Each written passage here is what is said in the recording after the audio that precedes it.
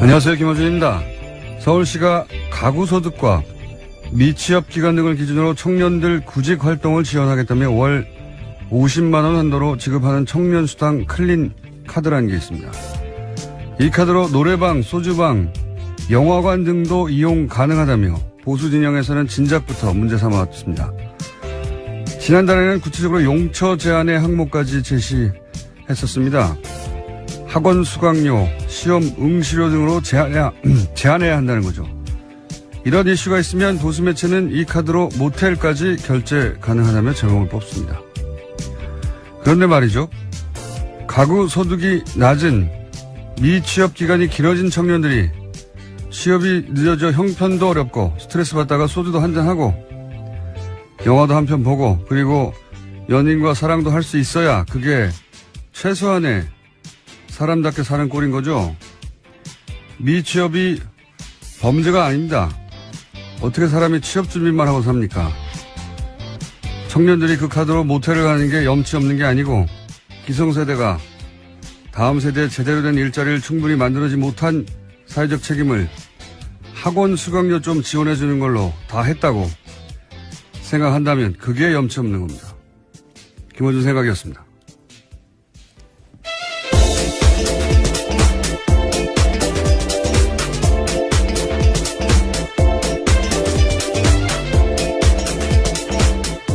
시사인의 김은지입니다. 네. 카드로 모텔도 가. 네. 이런 제목 잘 뽑아요, 보수 매체에서. 청년들 어딜 갑니까? 자기 집도 없는데.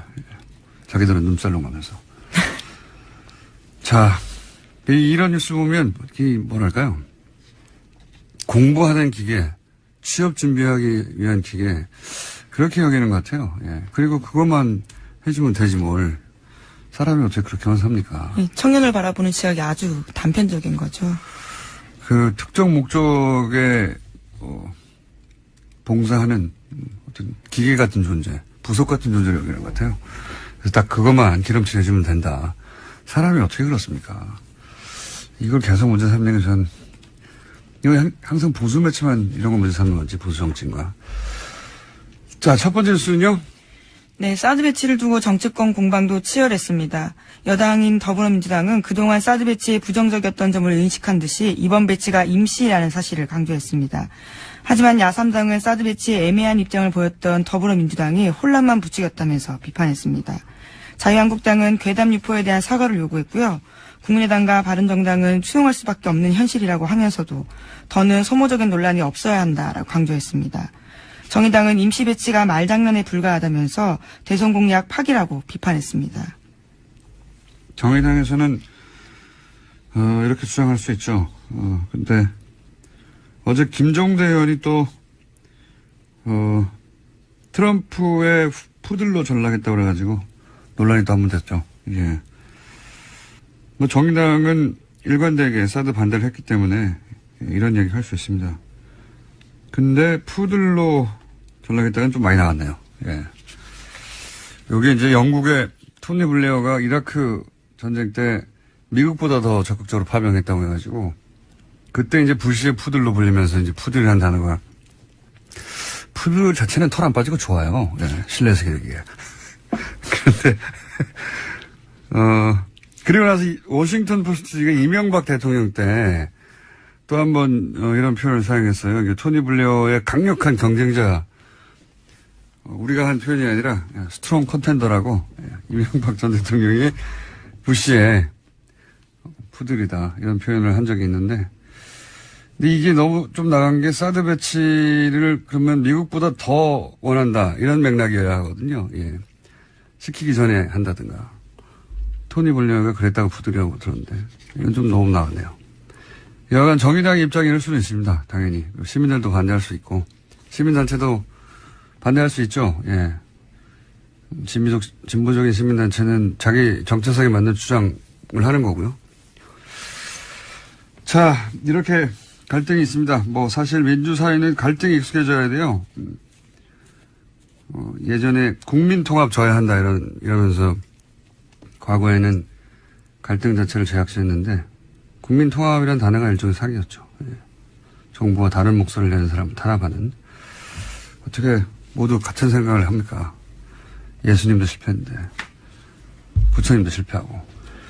여간 갈등 자체는 뭐 문제가 아닌데 갈등을 어떻게 상대하느냐, 이게 이제 장기적으로 문제가 되겠죠. 이번 정권에서도. 사드 관련해서 말들이 많습니다. 여하간.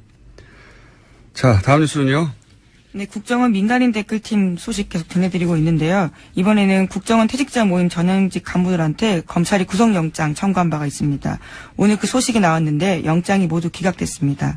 서울중앙지법 오민석 영장전담 부장판사가 오늘 밝힌 바인데요. 범죄 혐의는 소명되나 수사 진행 경과 등에 비춰 도망 및 증거인멸의 염려가 있다고 보기 어렵다면서 양지회 전 기획실장 노모 씨에게 청구된 구속영장을 기각했습니다. 오민석 부장판사는 우병우 영장 기각한 분 아닙니까? 네, 첫 번째 영장을 기각했던 판사입니다. 첫 번째, 두 번째 영장이 모두 기각된 바가 있는데요. 네. 아, 또 이정열 전 판사님이 소환이 돼야 되겠네요. 이게 정말 이해가 안 가네요. 일반적인 상식으로도. 이 댓글 수사야말로 증거인멸의 화신들 아니었나요, 이때까지? 대마왕 케이스 아닙니까? 증거인멸에. 이거 뭐 개인 차원이 아니라 국정원 차원에서도 처음부터 부인하고 처음부터 자료를 내놓지 않고, 몇 년이 지나서야 TF 만들어지고 나서야 이제 조금씩 드러나는데, 실제로 근데 더욱 말이 안 되는 건, 이 양재 간부들이 수사가 진행되자 또 압수수색을 앞두고 증거를 삭제하거나 은닉하지 않았습니까? 네, 그런 혐의로 또 다른 양지의 현직 간부 박모 씨 같은 경우에도 영장이 청구가 된 바 있는데요. 이 간부 같은 경우에도 영장 기각됐습니다. 그 기각 사유에 대해서 피해자가 은닉한 물건의 증거 가치, 피해자의 주거와 가족관계 등에 비춰 피해자가 도망가거나 범행에 관한 증거를 인멸할 염려가 있다고 보기 어렵다라고 밝혔습니다. 아니, 수사를 하는 와중에도 증거를 인멸했는데 이해가 안 가네요, 저는. 이게 뭐 특별한, 우리가 법을 몰라서 그런 건지 법리에 신비스러운 부분이 있는 건지 모르겠는데, 아니, 이게 지금 수사하는 동안에도 자료를 숨기거나 은닉했는데, 이해가 안 갑니다, 저는. 검찰의 입증이 좀 더 부족하다라고 판단했을 수는 있는데요. 관련해서 검찰발로 나온 소식도 있습니다. 말씀하신 자료 삭제와 관련된 부분인데요. 검찰이 양지의 사무실에 하드디스크 압수수색했는데 여기서 문제 보고서가 삭제된 채 발견됐다라고 합니다. 복원을 그러니까요. 삭제를 했는데 포렌식을 해서 복원을 했다는 거잖아요. 예. 삭제하고 외부로 빼돌리고. 네, 그 보고서 같은 경우에는 해당 문건이 국정원 심리전단에 정기적으로 보고한 내용이 담겨 있다고 합니다. 당연히 양지회는 이제 민간인들이거든요. 민간인이 국정원에 보고했다고 하는데 그런 문서를 일부러 삭제한 거 아니에요. 근데 이게 어떻게 그럴 만한 은닉한 물건의 증거 가치가 없다고 합니까? 보고서가 삭제됐는데 그게 나왔는데 이해가 안 가네요, 저는 잘. 서울중앙지법 영장판사 양승태 대법관의 마지막 인선에 대해서 말들이 많은데 또 한 번 논란이 되겠습니다, 이 사안은. 저희가, 이정열 판사님이 기상하시는 대로 새벽에 전화했는데 아직 안 일어났어요? 네. 오늘 새벽에 나온 결과여서. 네. 새벽에 설마 이게 기각될 줄 몰랐기 때문에 저희가 미리 섭외를 못 해주는 우를 보고 있네요. 예. 기상하는 대로 연결 한번 해보겠습니다. 자, 다음 뉴스는요? 네, 국방부가 어제 댓글 공작 진상규명 TF를 구성했다고 합니다. 국방부는 군사이버사령부가 2012년 대선 개입을 계획한 사이버 심리전 지침을 청와대에 보고했다는 의혹이 제기되자 TF를 구성해서 조사에 착수했다고 밝혔습니다. 뭐 보고했다는 의혹 정도가 아니죠. 보고했다는 당사자가 내가 보고했다고 했으니까 사실상 강력한 주장이 나온 건데 국정원 TF가 아시다시피 몇 달 돌아갔고 이제 사이버 사령부 부단장이었던 당사자가 이런저런 식으로 보고하고 그리고 활동을 했다는 증언이 나온 만큼 사이버 사령부도 이제 TF가 구성돼서 돌아가겠죠? 네, 청와대 국가안보실과 보고 및 협조 체계를 갖춰서 4개월 정도 활동할 예정이라고 합니다. 네, 이제 이렇게 되면 김관진 당신은 국방장관이죠. 네, 나중에 안보실장이 됐던. 사드하고도 뗄래야 뗄 수 없는, 사실상 사드는 김건진 주도하에, 예, 들어온 게 아니냐고 하는 지적이 많습니다. 그리고, 새 정부가 들어서고 나서도 제대로 보고가 안 됐다고 하는 갖가지 논란의 한 중심에 있는 분인데, 이번에 사이버사 댓글 공작이 공작으로 끝나는 게 아니라 당시 사인을 받고 보고했다는 문서가 나왔다는 거죠. 네, 어제 말씀드린 뉴스인데요. 청와대로 보고했다는 거죠. 몇 분이 떨고 있겠군요. 예. 자, 다음 수는요. 네, 최순실 씨의 변호인을 맡고 있는 이경재 변호사가 정유라 씨의 변호를 더 이상 맡지 않기로 했다고 합니다. 그러니까 변호사에서 사임을 한 건데요. 이 변호사는 지난 6일에 서울중앙지검에 정 씨의 변호사를 사임하겠다는 내용의 사임계를 제출했다고 합니다. 네. 다른 내용 진행하기 전에 요즘 문자가 이게 유행이군요. 아직 황교익 선생 코너 나오지 않았는데 오늘도 역시 시원하십니다. 이런 문자 나오고 막 여기 나오시는 게스트들이 자꾸 이제 개편 시간이 다 오다 보니까 본인들의, 예, 지인들과 친인척을 이용해서 아직 방송이 아직 안 나오는데 오늘 방송도 너무 좋았어요. 이런 문자가 너무 많이 오네요. 네. 자제해 주시고요.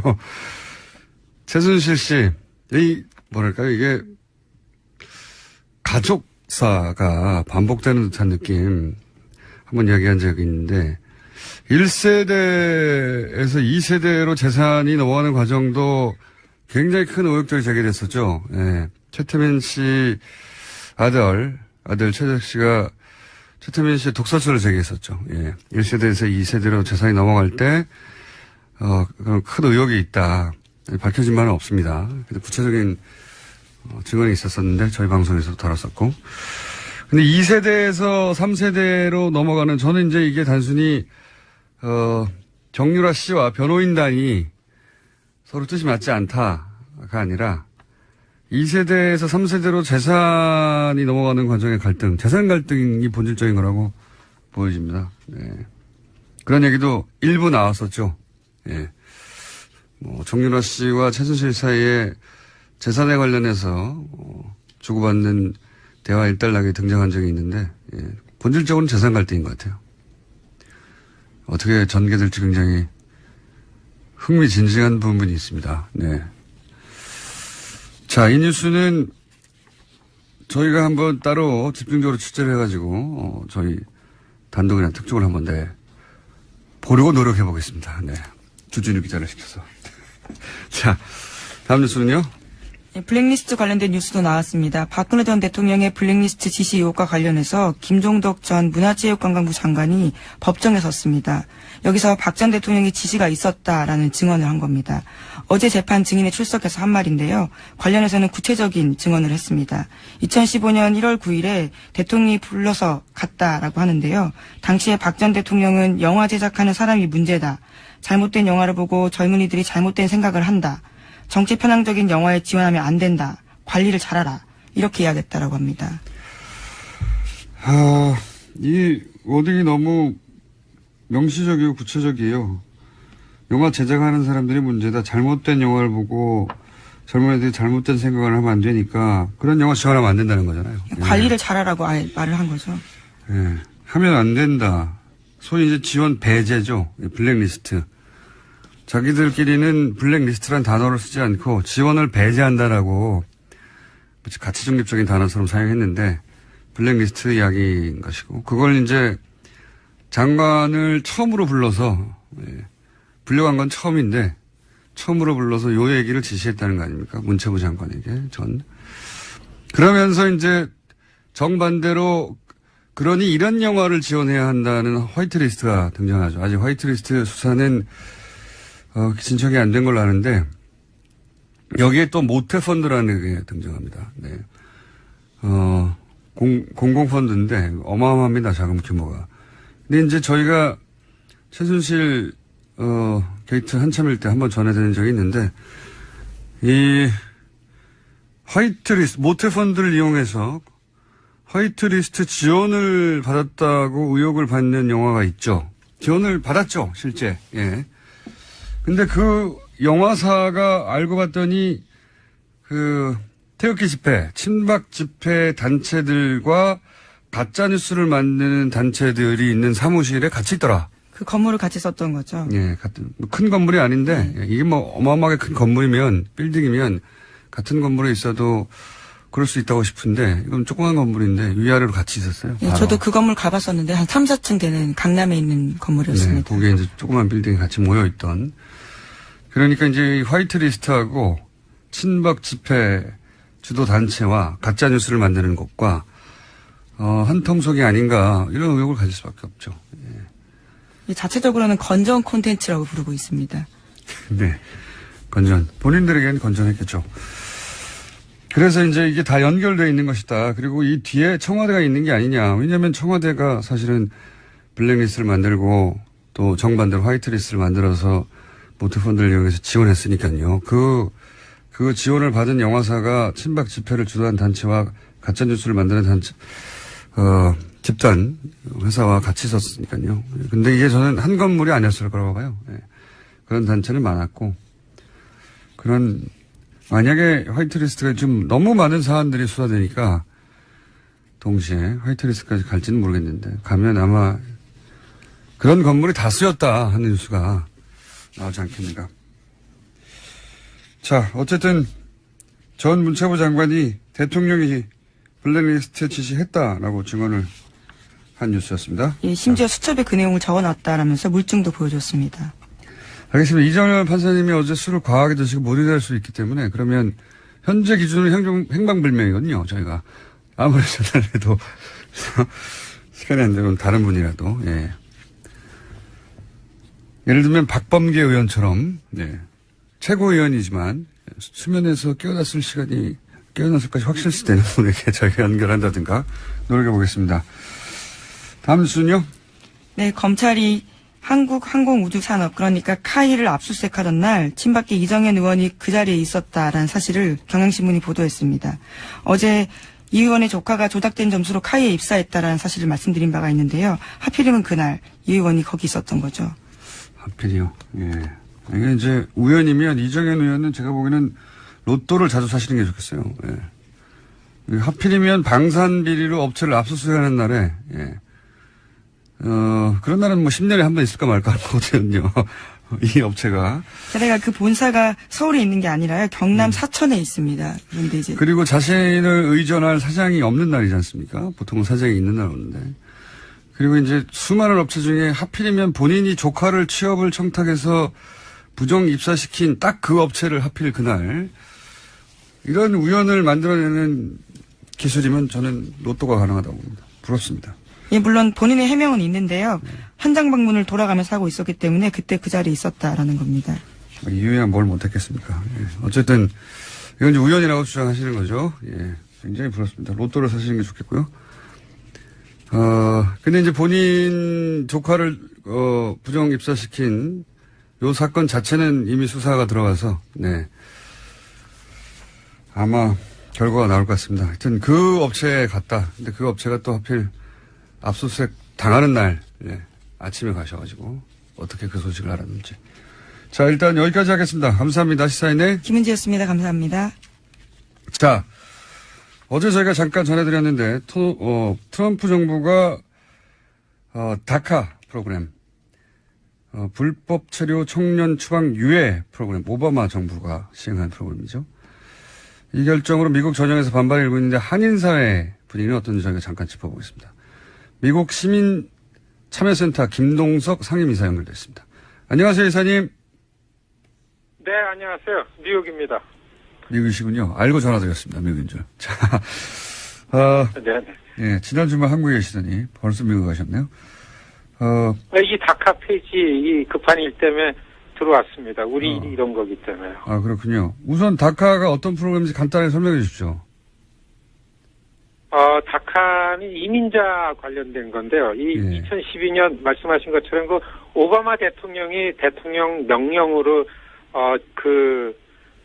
이를테면은 어린 나이에 16살 미만입니다. 스스로 어떤 것도 결정할 수 없는 아주 어린 나이에 본인 의지와 관계없이 이제 부모 손에 이끌려서 미국에 온 불법 체류자가 된 이런 사람들이 이 사회인이 되면서 무엇도 아무것도 할 수가 없었습니다. 추방 대상이 되기 때문에요. 그래서 그런 사람들은 누가 봐도 미국 시민이니까 오랫동안 미국에서 생활했기 때문에 그래서 추방을 막아줌으로 해가지고서 성인이 되면서 이런 사람들이 이제 그 운전면허증도 받을 수 있고 또 학교도 대학을 갈 수 있게 하고 또 취업도 할 수 있고 이렇게 하도록 오바마 대통령이 2012년 6월 달에 이제 대통령 행정 명령으로 추방 유예를 시킨 이제 대통령 명령입니다.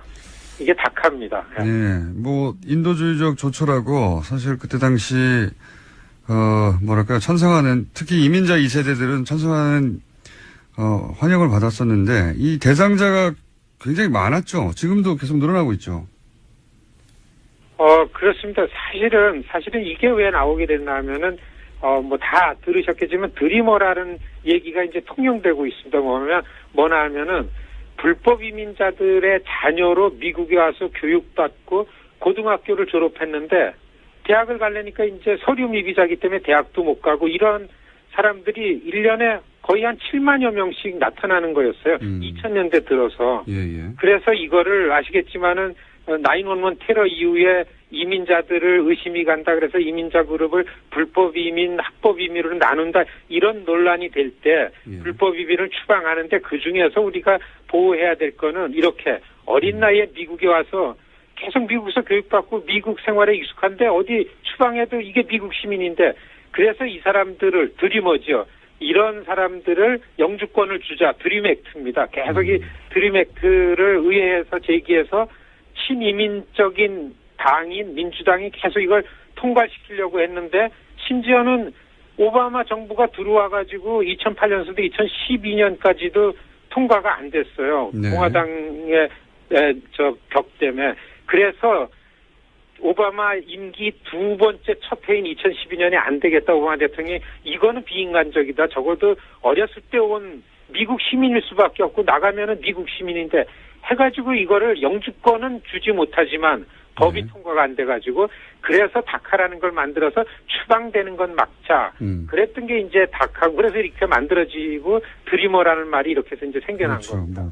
아니 유치원 때 왔는데 본인은 불법의 인식조차 없고 결정권도 없는데 결국은 미국 교육을 평생 받았는데 갑자기 떠나라고 하면 갈 곳도 없고요. 그래서 이제 이런 법안이 만들어진 건데 실제 그리고 또 이런 사람들이 뭐 실리콘밸리나 이런 곳에 많이 취입해서 미국 경제에도 도움이 된다 이런 인식도 있고요. 그런데 갑자기 지금 트럼프 대통령은 그 사람들도 평생 어릴 때부터 교육받아서 평생 미국에 자란 사람들 나가라는 거잖아요. 이렇게 되면 여기에 해당되는 한인의 규모는 얼마나 됩니까? 한인이 일반 지금 이 다카 폐지에서 어제 오늘 일반 언론에 뭐 7,000명, 10,000명 그러는데요. 사실 이거는 7,000명, 10,000명은 2012년 시행될 때 추방을 면제받으려고 신고한 사람들의 숫자였습니다. 2년마다 갱신을 하는데요. 그래서 지금 이렇게 종합해보면은 한 16,000명 이상이다라고 하는 게 맞다. 이게 이제 우리 이 한인사회 이 이민 권익운동하는 사람들이 추정하는 숫자입니다. 그리고 LA 뉴욕 한인 커뮤니티에 생각보다 굉장히 많고요. 그래서 이게 폐지되면은 한인사회도 작지 않은 이런 그 파장이 있고 굉장히 어려움이 오겠다 이렇게 긴장하고 있습니다. 그렇군요. 예. 그렇게 그러면은 이제 그냥 추방이죠. 다른 것도 없고 6개월 유예 기간을 주고 그다음부터는 무조건 나가야 되는 거죠? 그래서 6개월 이제 지난 화요일 날 이 대통령이 뻘쭘하니 법무부 장관을 시켜서 폐지 선언을 시켰습니다. 그날 아침에 트럼프 대통령이 그 트위터를 알렸잖아요. 의회가 6개월 동안 다카에 대해서 일할 준비를 해라. 6개월 동안 어떤 대체 법안이 되지 않으면은 6개월 이후에는 이제 고스란히 이미 신고를 했습니다. 이거는 데이터베이스에 나는 불법 체류자로서 누가 여기 있다라는 걸 다 신고를 해서 혜택을 받고 있다가 고스란히 이 사람들은 그냥 추방 대상이 되어버립니다. 오히려 스스로 신고한 사람들이 이제 추방 대상 명단이 확보되는 거니까. 아하. 그 명단들은 그렇습니다. 그래서 많은 사람들이 그 미국에 있는 현실적으로 있는 시민들이 미국 정부를 신뢰하지 못하게 하는 아주 비인간적인 처사다. 이런 비판이 훨씬 더 많습니다. 그렇죠. 미국 정부에서 신고하면 신고하면 유예시켜주겠다고 한 게 바로 직전 정부인데 이번에는 그 신고한 명단을 이용해서 바로 추방하겠다는 거잖아요. 예. 훨씬 불안해지는 거죠. 그렇군요. 네. 한 가지만 더 여쭤보겠습니다. 이렇게 되면 이제 그 말씀하신 대로 굉장히 많은 사람의 숫자들이 갑자기 일시에 한인 사회뿐만 아니라 추방되게 됐는데 젊은 세대가 특히 한인 사회에서는 앞으로 어떻게 대응할 계획이십니까? 한인 사회에는 한 15,6천 명 이상, 이 전체적으로 한 85만 내지 90만 명이 다카 수혜자였었습니다. 사실 이거를 어떻게 추방시키는 데는 간단치 않을 거고 어떻게 해서든지 6개월 이내에 어떤 대체 법안이 나오는데 이제 초점을 맞춰야 되는데 사실 저희가 이 일을 본업으로 하고 있는데요. 이민자 단체들하고서 목표는 드림 액트를 통과시키는 겁니다. 그래 이 미국 사회에 일반적으로 분위기는 조성이 됐는데 문제는 이제 미국이 트럼프 정부가 들어오면서 아주 두 가지로 나눠졌습니다. 도시와 농촌과 그리고 민주당과 공화당과 백인과 비백인, 반이민과 친이민 이렇게 나눠졌기 때문에 모든 지금 활동은 어떻게 해서든지 이 드림 액트를 겨냥해서 기대는 내년도 중간 선거에 하원이라도 민주당이 다수당이 되면은 다른 드림 액트가 통과되지 않더라도 다카 같은 다른 어떤 구제 옵션 같은 걸 만들어내지 않을까. 오늘서부터 그동안 질이 멸련했던 민주당이 더 이상 이러면 안 되겠다. 지도부가 좀 어떤 구심점을 찾는 노력이 아주 눈에 보이는데요. 지금 사실 보면은 이민자 권익단체들이 이 시민사회에 가가지고서 이 분위기를, 이 반대되는 분위기를 역류해내는 이런 액션을 취해야 된다. 그래서 의회에 활동하는 부분들이 굉장히 많을 것 같고요. 자기 지역 의원들을 좀 압박하고, 이런 활동에 집중하지 않으면 안 된다. 이제 이렇게 생각하고 있습니다. 알겠습니다. 저희 관심 가지고 계속, 따라가 보겠습니다. 오늘 말씀 여기까지 듣겠습니다. 감사합니다. 안녕히 계십시오. 네. 지금까지 미국 시민참여센터의 김동석 상임 이사였습니다. 바른정당 이혜원 대표가 사퇴했습니다. 바른정당 독자 생존이냐 보수 통합이냐. 바른정당 소속 남경필 경기도지사 연결해서 이 문제 이야기 나눠보겠습니다. 안녕하세요, 지사님. 네, 안녕하세요. 네.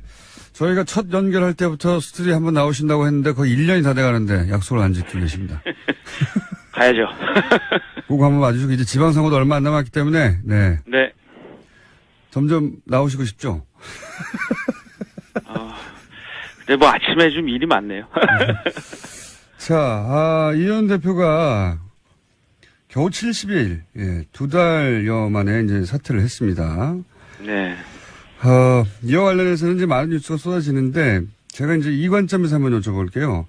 네. 그 사업가 모 씨가 또 바른정당의 다른 의원 이름도 거론했어요. 그분은 아직 본격적으로 지면에 등장하지는 않고 있는데, 근데 네. 그분도 또 소위 이제 보수통합이 아니라 바른정당이 독자적으로 생존해야 한다는 장악론자란 말이죠.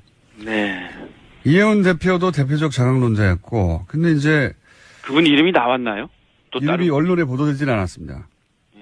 네, 그런데 지사님이 이제 거의 처음으로 탈당할 때 그때를 되돌려보면 탈당할 때 굉장히 압박을 많이 받았고 협박도 받았었다 이런 얘기도 하셨고 그때 탄핵 직전에 이제 그 정당 내 여러분들에게 압박도 있었다 협박 전화도 있었고 뭐 그런 얘기가 줄줄이 있었지 않습니까? 그러다 보니까 네. 혹여 그러니까 이혜원 대표가 잘못한 부분은 잘못한 부분이고요. 그건 이제 네. 법정에서 이제 시비가 갈라질 것 같은데 혹여 이 사태가 좀 미심쩍다 이런 생각은 안 해보셨습니까? 뭐 그런 얘기들은 많이 하더라고요. 이게 혹시 그죠. 흔히 얘기하는 작업의 결과가 아니냐. 네. 이런 얘기도 하는데 그건 뭐 알 수가 없으니까요. 근데 좀 찝찝하긴 하시죠? 네, 뒷맛이 개운치는 않습니다. 그렇죠. 네. 왜냐하면 이제 대표적인 걸림돌들이 뭐 결과론인지 누가 설계를 했는지 모르겠지만 여하간 그 효과는 장악론자들이 이제 정치 전면에서 이렇게 밀려나고 있다 이렇게 보여지니까 찜찜한 구석이, 본인도 소위 자강론자 아니십니까? 그렇습니다. 예. 네. 그래서. 근데 뭐 자광론과 뭐 통합까지는 아닌데 뭐 앞으로 정책연대 이런 것들은 전 다 열려 있기 때문에 그걸 꼭 자강론 뭐 통합론 이렇게 나눌 필요는 없는데 기본적으로 저는 바른정당의 창당 초심을 늘 돌아봐야 한다 그런 생각을 갖고 있습니다. 그런데 이제 지금 큰 흐름은 예를 들어서 지금 원내대표, 바른정당의 원내대표도 그렇고 자강론이라고 불리는 파가 점점 이렇게 찌그러지고 있기 때문에 통합론으로 가는 거 아니겠는가. 홍준표 대표도 그런 구상인지 갑자기 타이밍 절묘하게도 박근혜 전 대통령 출당한다고 하고 그러면서 이제 그동안의 걸림돌이었던 이런 걸 제거하려고 하는 움직임을 보면 홍준표 대표는 본인 업적으로 아마 통합을 해내는 걸 업적으로 삼으시려고 하는 것 같아요. 그렇게 보이는 것 같은데요. 저는 근데 그 전제 조건이 네. 박근혜 대통령 출당하고 나면 무슨 통합 이런 거는 지금 저희 구성원들 이렇게 얘기 들어봐도 그런 것이 무슨 통합에 다 이 조건이 충족됐다라고 생각하는 분은 없습니다. 뭐가 더 있습니까? 그러면 애당초 얘기했던 게 사실은 자유한국 그때 새누리당 해체였거든요. 예, 그랬었죠. 그 해체라는 게 결국은 이 당에 남아있는 적폐 과거에 이 국정농단 세력에 적극 협조했던 이런 분들을 이제 출당시켜야 되는데 그게 안 되니 나와서 새롭게 당을 건설하자 이런 취지였거든요. 그런 것들이 충족 안 되면 지금 통합한다는 거는 바른정당에서 그런 생각을 갖고 있는 분은 전 못 봤습니다. 근데 그냥 박근혜 대통령 출당 이후에 8적이라고 하지만 10명 안 되지 않습니까? 그분들도 만약에 출당시키고 이런 조치가 있으면 그러면 통합도 가능하다는 얘기. 근데 그게요, 출당이요. 네. 어렵습니다. 그러니까 거의 불가능해요. 모든 구성원들의 동의가 없이는 네. 그게 불가능한 게 그게 안 되니까 이제 바른정당 창당한 건데요. 국회의원을 출당시키려면 3분의 2의 동의가 필요한데 그게 현실적으로 어렵습니다. 과거에 민주당 쪽도 이제 대선 패배나 이런 거 이후에 이렇게 당이 나눠지기도 하고 나가기도 하고 그랬는데 대부분 그 당을 해체하지 못하고 탈당하는 방식으로 했던 이유가 그게 쉽지가 않습니다. 현실적으로. 그게 그래서 쉽지가 청산이 되지 않을 거기 때문에 기본 전제도 통과가 어려워서 네. 그런 건 전망하기 어렵다 이렇게 보시는 거군요. 예. 그렇습니다. 일단 그런데 이제 그렇게 통합하려고 하는 움직임이 활발한 건 사실이죠.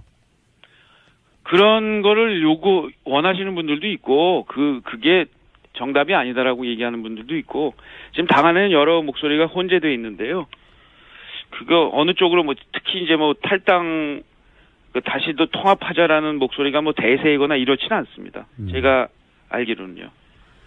그렇군요. 유승민 의원이 그러면 비대위원장으로 등판합니까? 그럴 가능성이 높습니까? 지금 논의들을 하시는 것 같은데요. 네. 김무성 전 대표님은 확실히 본인이 들판할 생각은 없으신 것 같고, 네. 유승민 전 후보님은 생각은 좀 있으신 것 같아요. 근데 그렇죠. 아직 정확하게 왜냐하면 얘기하고 있지는 김무성 전 대표는 손사래를 치지만 유승민 대표는 손사래는 아니고 내가 결정할 게 아니라 의총의 결정에 달렸다. 이 얘기는 의총이 그렇게 결정해주면 본인도 등판하겠다는 얘기잖아요. 제가 볼 때는 가능성이 있다고 봅니다. 예. 이게 바람직할까요? 지금 굉장히 이례적으로 네. 대선 3개월 만에 대선 후보들이 다 당대표로 재등장하는데 네. 이게 바람직한 현상입니까?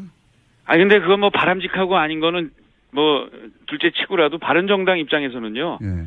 지금 찬밥 더운밥 가릴 게 없습니다. 지금 정말 바른정당은 절대정명의 위기고 그래서 우리 당이 지금 어떻게 살아나가면서 우리의 창당 초심을 지켜나가면서 당이 우뚝 설까 여기에 초점을 맞춰야죠. 예를 들어서 지사님과 함께 탈당 첫 번째 물결이었던 김용태 의원이나 이렇게 젊은 중진들이 비대위원장으로 확 나서주면 분위기도 쇄신될 것 같은데 그런 움직임은 그런 없나요? 논의도 지금 되고 있어요. 보니까. 예. 그래서 아마 이번 주말에들 좀 모이지 않을까 싶거든요. 예. 그래서 그런 논의들이 좀 조율이 되겠죠.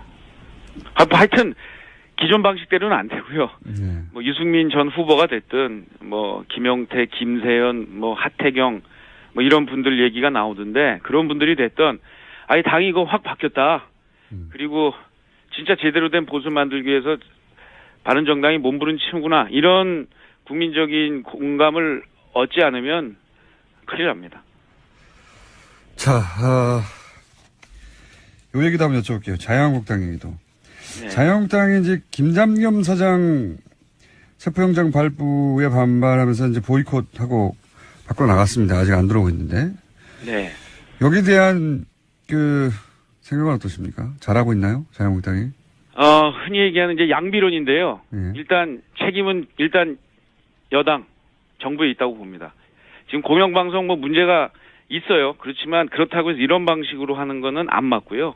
저는 상당히 이 뭔가 시나리오에 의해서 이 방송 장악하려는 움직임이 있지 않나는 의구심을 갖고 있고 그렇다 하더라도 또 이 판국의 이 국회를 깨고 나가는 것 이건 뭐 비판받아 마땅하죠.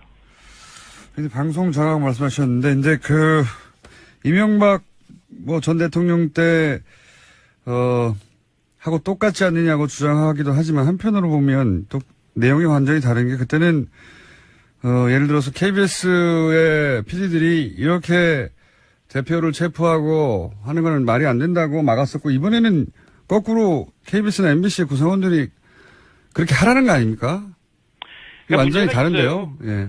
과거나 지금이나 문제가 있고요. 근데 그 문제를 푸는 방식이 이게 다 옛날에는 그 빨리 방송법 개정을 해서 그 법에 따라서 하면 됩니다. 그 방송법 개정을 하는 논의를 국회에서 진지하게 하면 되는데 이게 참 웃기잖아요. 여당이 됐을 때와 야당이 됐을 때 입장이 정확하게 바뀌어요, 서로.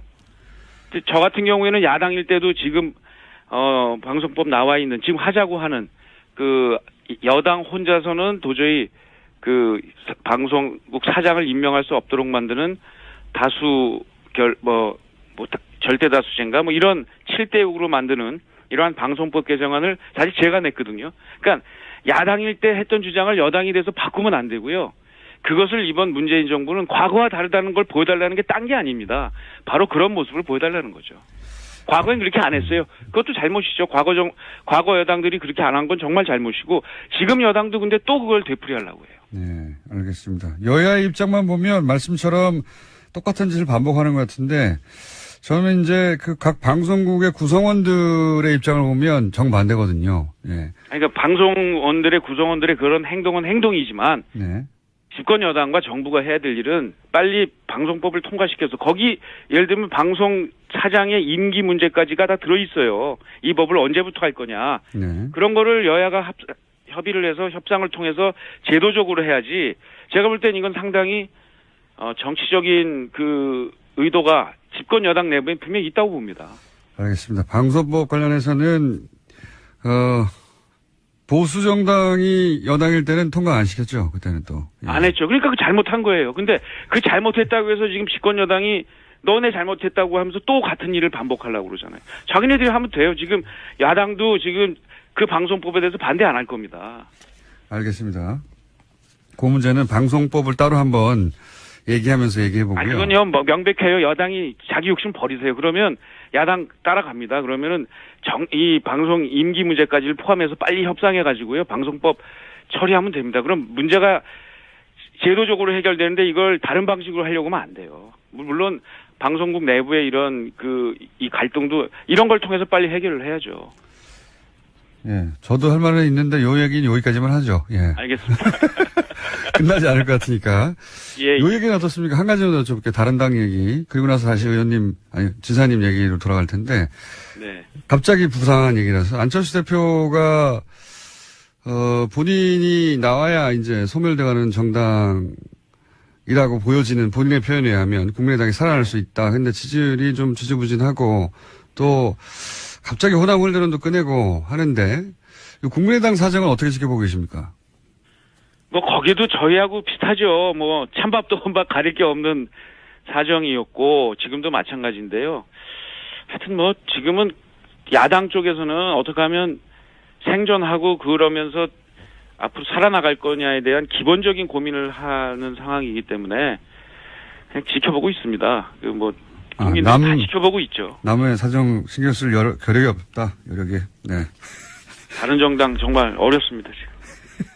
바른정당이 이제 남의 당 걱정할 지금 겨를이 없다는 말씀이신 것 같고. 요즘 근데 지사님 얘기로 돌아와서. 네. 갑자기 팔굽혀펴기하고 이런 거. 네.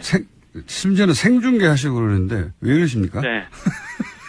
그냥 하는 겁니다. 근데 이제 소통의 방식이고요. 그러면서 체력도 기르고 또 정기적으로 우리 페북 친구들께 뭐 도정이나 제 생활이나 이런 거를 그냥 편안하게 말씀드리고 있습니다. 아니 그러면 그런 거 마시지 팔굽혀펴기를 하시냐고요? 그러게요. 근데 굉장히 좋은데요. 한번 해보세요. 이게 지방선거 1년도 안 남았는데 최근에 이재명 시장 경기도지사 출마설이 나오니 긴장하고 그러셔가지고 강한 경기도지사 이걸 보여주려고 하시는 건가요? 뭐 그건 해석하시는 분들이 저는 다 각자가 저 사람 왜 저러지? 그 판단하시는 건 각자의 몫이라고 생각합니다. 아니, 이게 무슨 엄청나게 복잡한 예술적 행위라고 해석을 합니까? 그냥 말씀해 주세요. 아니요, 그런 건 아니고요. 그냥 네. 그거하고 상관없이 뭔가 좀 해야겠다 싶었는데 팔굽혀펴기를 해보면 어떠냐? 라고 누가 제안을 했고요. 또 보니까 팔굽혀펴기 하는 분들이 꽤 많더라고요. 이렇게 라이브로. 그리고 어제 나온 기사인가요? 며칠 전에 나온 기사인가? 정확하게 기억은 안 나는데 경기도에서 청년 정책 추진하는데 민주당 도의회가 맡고 있다. 부당하다. 이런 주장을 또 강하게 했었어요. 이 내용이 그러니까 뭡니까? 뭐 이게 청년 뭐 내용을 어렵게 뭐 복잡하니까요. 간략하게. 청년들에게 희망을 주는 뭐 1억짜리 통장 만들기 이런 프로그램인데 네.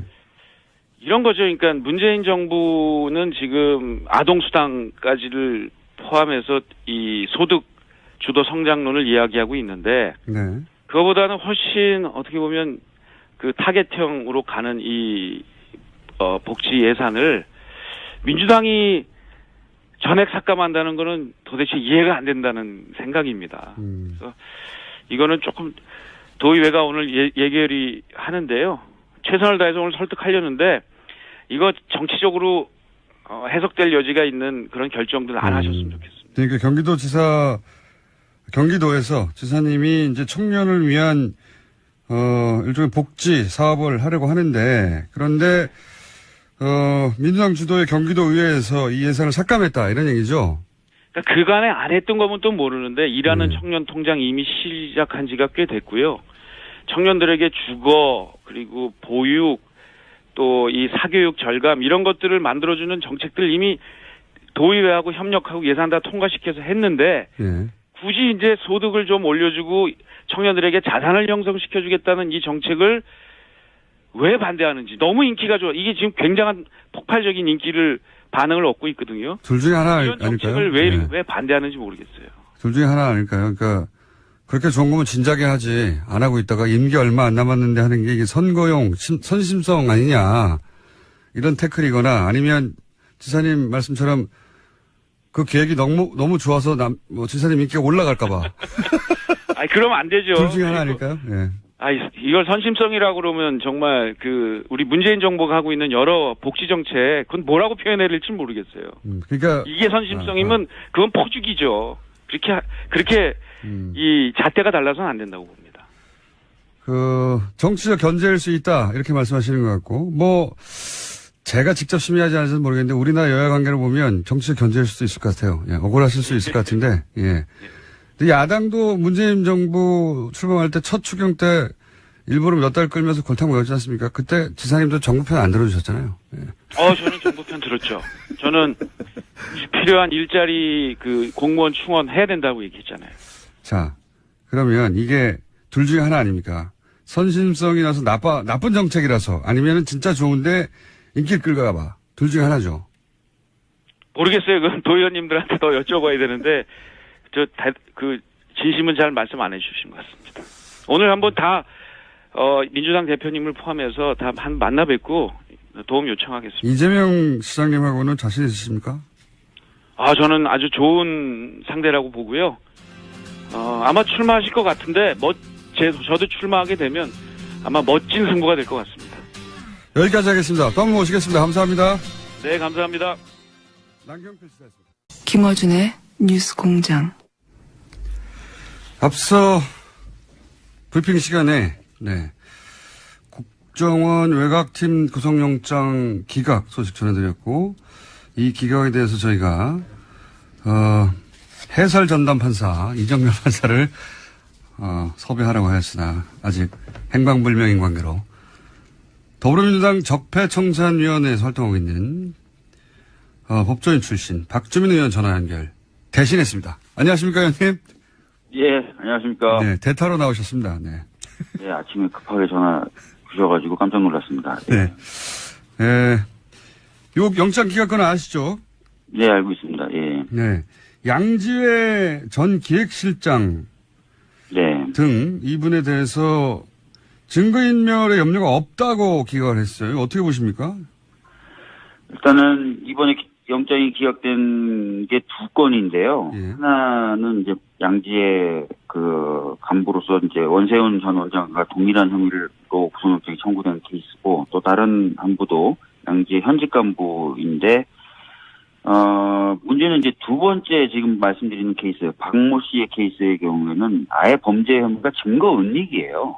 그러니까요. 예. 예, 증거 인멸의 우려가 있을 경우에 구속영장이 청구되는데, 아예 혐의 자체가 증거를 인멸하고 있었다, 은닉하고 있었다라는 거였는데도 불구하고 영장을 기각했다는 것 자체가 상당히 이해가 안 되는 거죠. 그리고 굉장히 드문 케이스고요. 예. 아니, 이게, 은멸에 우려가 있다가 아니라, 은멸을 하고 있어서 지금 구속영장을 신청했는데, 예. 그런데 그 기각의 이유가 인멸할 염려가 없다. 이게 전 말이 안 되는 것 같은데, 상식적으로는. 맞습니다. 그래서 사실은 좀 그런 부분이 이해가 안 되고, 앞서 말씀드렸던 케이스인 노 씨의 경우에도 사실은 수사 진행 경과 등에 비춰봤을 때 구속의 필요성이 없다, 도주의 우려가 없다라고 하는데, 수사의 핵심은 이분들이 누구의 지시를 받았느냐도 해당이 될 것입니다. 그렇다면은 그분은 아직 수사가 제대로 진행되었다고 보기 어렵기 때문에 앞으로 더 많은 수사가 진행이 될 것이다라고 봐야 되고, 그렇다면은 이분들이 이제 윗선이라든지 이런 것들을 숨기기 위해서 도주할 우려가 오히려 있다고 봐야 되겠죠. 네. 그리고 증거인멸은 국정원은 증거인멸의 끝판왕 아닙니까, 이때까지? 네. 그래서 두 케이스 전부 다 영장 기각에 대해서 저로서는 사실 납득하기가 좀 어려운 것이 사실입니다. 양승태 대법원장의 이제 그 영장 전담 판사 마지막 인선에 대해서 왜냐면 지금 이번에 그 영장을 기각하신 오민석 부장판사가 사실 우병우 영장도 기각했던 분이라서 그렇고, 또 다른 최근에 1년의 영장 기각들이 잘 납득이 안 간다고 하는 여론이 많아서 마지막 인선에 대해서 말들이 좀 많지 않습니까? 예. 사실은 이제 인사를 할 수 있는 범위 중에 가장 중요한 것이라고 꼽히는 것 중에 하나가 바로 영장 전담 판사들입니다. 왜냐하면 영장을 발부하느냐 마느냐를 두고 수사의 어떤 가능성이라든지 수사가 어떤 결말을 맺는지에 대해서 많은 영향을 미친다고 판단을 하고 있기 때문인데요. 근데 이제 영장 전담 판사들을 이제 사실 조금 법원장들이 자신의 어떤 말을 좀 잘 듣는 사람들로 또 한다, 이런 또 논란들도 계속 있어 왔거든요. 그래서 사실은 이제 영장 전담 판사 이분을 이제 임명한 것이라든지 이런 것들을 두고 우려가 좀 있었었는데, 방금 말씀하셨던 것처럼 이제 우병우 전 수석에 대한 영장 기각이라든지 좀 약간 정치적인 판단을 좀 하고 있는 것 아니냐, 예, 그런 느낌이 좀 강하게 좀 들고 있습니다. 예. 이 영장 기각으로 외곽팀, 민간인팀 수사에 차질이 빚어질까요? 그런 우려가 있는데. 그렇습니다.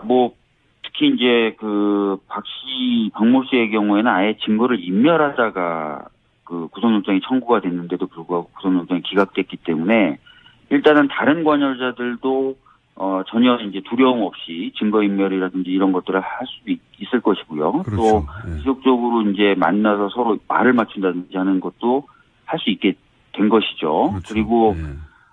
윗선에 대한 수사나 이런 것들을 하려면은 집중적인 조사, 이렇게 필요한데, 이제 영장이 기각되면서 이제 수사를 그렇게 속도를 내기가 어려운 상황을 맞이했다고도 볼 수 있거든요. 그래서, 여러 측면에서 수사는 상당히 좀 어려워지는 것 아닌가라고 걱정이 좀 됩니다. 예. 그 마지막 질문인데 혹시 증거인멸을 하다가 붙잡혀서 구속영장이 청구됐는데 증거인멸할 염려가 없다고 풀려나는 경우를 보신 적 있습니까? 저는 솔직히 본 적이 없고요. 그리고 대부분의 아주 흔한 범죄들도 뭔가 다른 공모자들이 있다고 의심이 될 경우에는 웬만하면 영장이 좀 발부가 되면서 다른 공모자들에 대한 수사가 신속하게 진행될 수 있도록 해줍니다. 예. 그런데 이 경우에는 아까 말씀드렸던 것처럼 진짜 윗선이라든지 또 보다 많은 관계자들이 있을 것이다. 이렇게 판단이 되는 사건이잖아요. 그러면 사실은 이제 구속영장을 발부해줘서 수사의 편의를 좀 봐주는 그런 관행들이 있는데 그런 관행들이 좀 비춰봤을 때도 좀 거리가 먼 판단이죠. 예. 알겠습니다. 오늘 여기까지 하고요. 예. 갑자기 저희가 연락드렸는데 일어나 주셔서 감사하고. 예. 다음에도 이정현 판사님이 연결되면 대타로 부탁드립니다. 오늘 말씀 감사합니다. 예. 네. 급히 저희가 섭외했는데 응해주신 더불어민주당 적폐청산위원회 박주민 의원이었습니다. 천둥번개 시간입니다. 네. 천둥번개 시간인데 저희 PD가 이 방송만 시작되면 자기가 이 방송에 빠져가지고 천둥번개를 잊어버려요. 네. 오늘은 꼭 천둥번개가 정확한 시간에 내려치기를 간절히 기원하면서 안원구 전 대구지방국세청장님 나오셨습니다. 안녕하십니까. 안녕하십니까. 네. 다른 이야기 하기 전에 저희가 이 코너를 진행하면 문자가 참 많이 옵니다. 어떤 문자가 오냐면 어떻게 후원할 수 있냐. 사비로 맨날 이 재산 추적을 하고 해외를 다니시니까. 예. 근데 이제 방법이 없었거든요. 방법이 없어요, 실제로. 예. 네. 개인이 기부를 할 수도 없고 방법이 나왔습니다. 책을 쓰셨어요.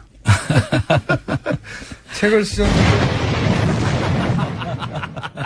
책 내용이 나온 다음에 천둥번개가 쳐야 되는데 책을 쓰셨는데 이 책이 또 오늘 이야기할 주제하고 딱 또 연결이 됩니다. 국세청은 정의로운가? 무서운 이야기입니다. 국세청은 과연 정의로운가? 국세청을 가장 잘하는 분이 국세청을 해부했어요. 예. 그러면서 최순실 은닉재산 프로파일링이 다 여기 엮여서 들어갑니다. 그죠? 예. 예. 자랑스러우십니까? 제 입으로 그렇긴 그렇고, 우리 공장장님도 그 저수지 게임이라고 만들지 않았습니까? 자랑스러우십니까? 저는, 그 얘기는 제가 방송 중에, 제가 제작하지 않아서 이해 충돌이라고 하는 용어가 있잖아요. 그래서 제가 할 수가 없는데. 저도 제 책 이야기는 저수지 게임 이야기로 대신하겠습니다. 뭔가 이렇게 주고받는 느낌인데. 약간 이 책은, 안원구 청장님이 그동안 민간인으로 그냥 사비로 쭉 이어온, 예, 활동을 압축하기도 했고, 그리고 또 지금 국세청 국정원 TF처럼 국세청 TF도 만든다고 하잖아요. 예, 지금 만들어서 활동한다고 하고 있습니다. 예. 근데 이제 하고 연결돼서 국세청 TF가 과연 성과를 낼 수 있을까에 대한 우려가 많으시다고. 예. 왜 그렇습니까? 사실 이제 국세청에서도 지금 TF를 만들어서 과거의 정치적 세무조사라든지 또 세간의 문제가 태광실업 같은 건. 예. 이런 건들에 대해서 이제 한번 새로 점검하고 앞으로 이제 그런 일을 하지 말자는 취지에서 지금 맞는 것 같은데 이게 사실은 이 밖으로 이렇게 이야기할 일이 아니고 우선은 내부적으로 제일 잘 아는 사람들이 국세청 내부인들이지 않습니까? 그렇죠. 그때 굉장히 어렵잖아요, 국세청 업무라는 게. 그래서 그런 내부에서 이 문제를 스스로 자각하고 반성하지 않으면은 밖에서는 사실 알 수가 없죠.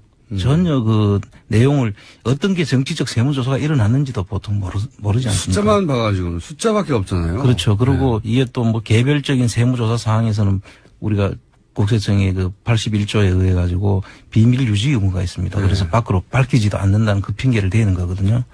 그래서 제일 중요한 거는 본인들이 직접 제일 잘 아니까 내부에서 이것을 다 파헤치고. 근데 그게 좋은 방법이지만 그게 잘 안 되지 않습니까? 그래서 이제 걱정이죠. 그러면 국세청 출신으로 구성된 TF가 외부에서 투입되는 게 제일 좋은 방법이겠네요? 이제 뭐 그렇게 될 수 있다면 참 그것도 큰 좋은 방법이 되겠죠. 예. 예를 들어서 안원구 원장님 같은. 그 말씀을 하시고 싶어서 자 번개. 또 지나갔네. 자, 혹여 국세청 출신이 아닌데 TF에 참여하게 되는 분들은 반드시 국세청은 정의로운가의 책을 읽으시고, 그리고 국세청 내부의 눈으로 국세청을 대해부한 뭐가 문제인지 궁금하신 분들, 혹은 그 과정에서 최순실 은닉 재산이 어떤 식으로 숨겨졌는지, 은닉되었는지를 도표도 있네요, 막. 예. 제대로 이해하시고 싶은 분들은, 예, 안원구 청장님이 책을 썼습니다. 국세청은 정의로운가. 예. 자, 후원하시고 싶은 분들은 이 책을 사는 방법이 있다. 제가 알려드리고요. 네. 책 재미 있습니까? 제 입으로는 그렇고 저수지 게임 재미있습니까? 재밌어요. 많은 분들이 재밌다고 해요. 네. 사실은 이 책과 그 영화의 목적은 똑같아요. 예. 예. 그렇습니다. 단순히 문제 제기를 하는 게 아니라 범위를 잡자는 거죠. 그렇습니다. 범위를 잡자는 것이고, 예. 자, 번개 한번. 범위를 잡자. 예. 자, 그러면서 이제 그 TF를 구성한 이유가 결국은 과거에 세무조사 중에 이게 정상적인 세무조사가 아니라 반대편을 치기 위해서 정치적으로 만든 세무조사. 그렇습니다. 를 차단하려고 하는 건데 그 대표적인 사례가 바로 본인이 연루되었던. 예. 태광실업 세무조사. 이 태광실업 세무조사는 시작할 때만 해도 그 이후에 한국 정치사를 이렇게 바꿔버릴 줄 몰랐죠. 그렇습니다. 네. 정치사를 바꿔버렸습니다. 노무현 대통령 서거하셨고, 지금 문재인 대통령의, 정치 출마 뭐랄까요. 결심도 거기서 시작된 거거든요. 그렇습니다. 네. 예. 이 정부를 탄생시킨, 첫 출발이 했던 사건이에요, 이게. 그렇습니다. 예. 네. 그런데 그 사건의 한가운데 안원구 청장님이 계셨기 때문에, 예, 이 사건은 근데 그 중요도만큼 세상에 별로 알려지지가 않았어요. 왜냐면 예. 지난 정권이 엄청나게 막으려고 했거든요, 이거를. 그렇습니다. 알려지는 걸. 예. 예를 들면 2012년 대선 한 2달 전쯤에 정기국회 국정감사가 있었는데. 그렇습니다. 그때 청장님을 이제 불러서 예. 증인으로 채택하고자 했죠. 그렇습니다. 그때 얘기 좀 해 주십시오.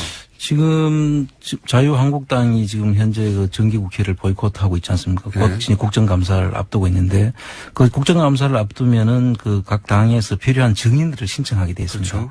근데 그 증인 신청으로 그 당시에 이상득 전 그 의원하고 그다음에 이재용 부회장 삼성에 그리고 이제 저를 이제 이 태광실업 세무조사 때문에 민주당에서 증인으로 채택을 했었습니다. 근데 그 당시에 이제 증인으로 나와줄 수 있느냐 그래서 제가 나가겠다고 했죠. 그런데 그 당시 자유한국당의 전신 새누리당이죠. 그 새누리당에서 이상득 이재용까지는 되지만 안원구는 절대 안 된다고 하는 거예요. 심지어 그러니까 당시 현직 대통령 이명박 대통령의 형은 되는데 예.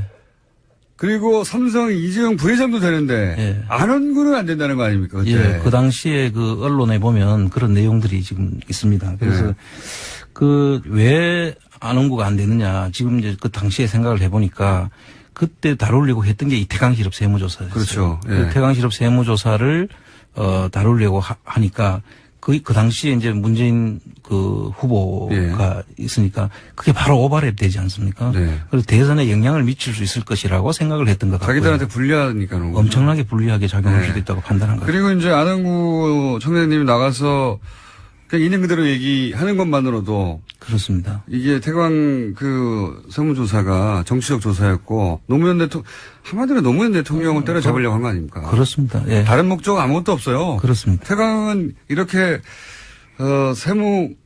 국세청이 전방위로 나서서 관심을 가질 만한 사이즈의 회사가 아니잖아요. 그렇습니다. 예. 네. 한 600위 밖에 회사였고 예. 저쪽 부산도 외곽의 김해 쪽에 있는 회사였죠. 그런데 이제 노무현 대통령을 때려잡으려고 하다가 결국 여기까지 가서 태광 실업을 조사하라고 실제 이루어졌죠. 예.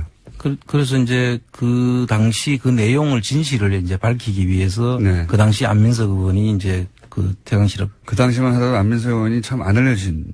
그렇습니다. 예, 그 당시에 그럼 제가 와서 그 문제를 자기가 파헤쳐 보시겠다고 그래서 제대로 파헤칠까 의구심도 있고 그랬지만 열심히 그때도 하더라고요. 네. 그래서 열심히는 항상 해왔어요. 예, 그래서 그분이 그때 파헤치기 위해서 증인을 신청하길래 제가 응했는데 결국은 증인이 채택이 안 됐습니다. 그 과정이 또 드라마틱하지 않습니까? 증인 채택을 했고 안 돼 가지고 네. 그 당시에 동영상을 제가 가지고 있던 그 한상률하고 저하고 대질신문하는 네. 그 동영상을 태광 실업에 제가 하려고 했다는 네. 나를 하려고 했다고 하는 그 동영상이 있었습니다. 네. 그 동영상을 지금도 유튜브에 돌고 있죠. 그 내용을 이제 틀었습니다. 그 당시에. 그러니까 이제 그때 새누리당 의원들이 강력하게 반발을 했죠. 증인 채택을 안 했는데 결과적으로 내 동영상이 도니까 증인을 채택한 거 아니냐. 그리고 더더욱이 증인 채택은 필요 없다고. 예. 그랬고. 그래서 그 다음에 이제 제가 국감장에 이제 안민석 의원이 차 한잔 하자고 해서 이제 갔다가 국감장을 올라가게 됩니다. 그 당시에 최재성 의원하고 그 다음에 안민석 의원, 박원석 의원, 김현미 의원 그때 이제 그분들하고 차 한잔 하자고 해서 국감장에 좀 나한테 자문을 구할 게 있다고 해서 그 국감장을 올라가는데 난리가 났어요. 어떻게 생난리가 났습니까? 그 당시에 들어가는데 이제 방호원이 안 옵니다 그러면서 감을 지는 거예요. 그래서 내가 이게 뭐지 하고 이제 네. 들어가는데 엘리베이터 꺼 이런 소리가 들리더라고요. 국감장 들어가려고. 국감장 들어가는데. 네. 그럼 국회의원들하고 같이 들어가는 거예요. 피감 기관에서 감사를 하려는 국회의원들하고 같이 이제 피감 기관은 국세청이죠. 국세청이죠. 네. 그런데 엘리베이터 본인이 평생 일한 국세청. 그렇습니다. 그 너무 참담했는데요. 그 당시에. 국세청에서 들어가려고 했는데 안 온구다 하더니 갑자기 엘리베이터를 끄라고 감을 치면서 엘리베이터가 이제 꺼졌죠. 국세청에서 꺼지고 나니까 꺼버렸어요? 어디서 나타났는지 네. 국세청 직원들이 계단을 이제 올라갈 수 있는 계단이 이제 엘리베이터와 계단밖에 없는데 그렇죠. 그 계단을 다 막아선 거예요. 전 직원들을 안 오는 거 못 들어오게. 결과적으로 제가 못 들어간 거는 당연하지만 국회의원들도 감사를 못 하게 되는 그 상황이 벌어진 거예요. 말도 안 되는 상황이죠. 그럼 말도 안 되는 상황이죠. 피감기관이 지금 국회의원들을 안원구 막자고 국회의원들도 막아버린 거 아닙니까? 그렇습니다. 눈에 보이는 게 없는 거죠. 그래서 이성을 잃은 거죠. 근데 피감기관이 국회의원을 막는다는 건 상상할 수 없거든요. 상상할 수 없죠. 근데 그 장면들이 그 당시에 그 국감장이니까 기자들이 많았지 않겠습니까? 엄청나게 많았겠죠. 그 기자들이 다 내려와서 다 촬영을 하고 다 찍었죠. 대단한 특종인데. 예, 엄청난 특종인데 기사화된 지 한 줄도 없은 거예요. 이게 저는 더 말하고 싶어요. 그러니까 피감기관이 그 감사로 온 국회의원들을 막았어요. 4명이나. 그렇습니다. 그런데 그거 자체가 있을 수 없어서 그거 자체가 대단한 뉴스거든요. 그렇습니다. 근데 그 이유가 국회의원을 막으려고 하는 게 아니라 안원구청장을 막으려고 하는 거였습니다. 그렇습니다. 예. 그러다가 국회의원을 못 막으니까 국회의원은 통과시킬 줄 알고 국회의원들이 같이 갔는데도 막아버린 거 아닙니까? 그렇습니다. 이것도 골 때리는 일이지만 더욱 말이 안 되는 건 그 적나라한 현장을 기자들이 가득 차 있었기 때문에 다 찍었잖아요. 다 찍었죠. 기사가 한 줄도 안 났다는 겁니다. 그렇습니다. 그런 세상이었어요. 예. 기사가 한 줄도 안 나니까 그런 일이 있었는지 아무도 모르죠, 사람들은. 일반인들은. 예. 엄청난 일이 있었는데. 그래서 당시 야당이었던 지금 민주당이 항의를 했는데 기사가 안 돼요. 그렇습니다. 기사가 안 돼요. 기사를 막아버렸어요, 다.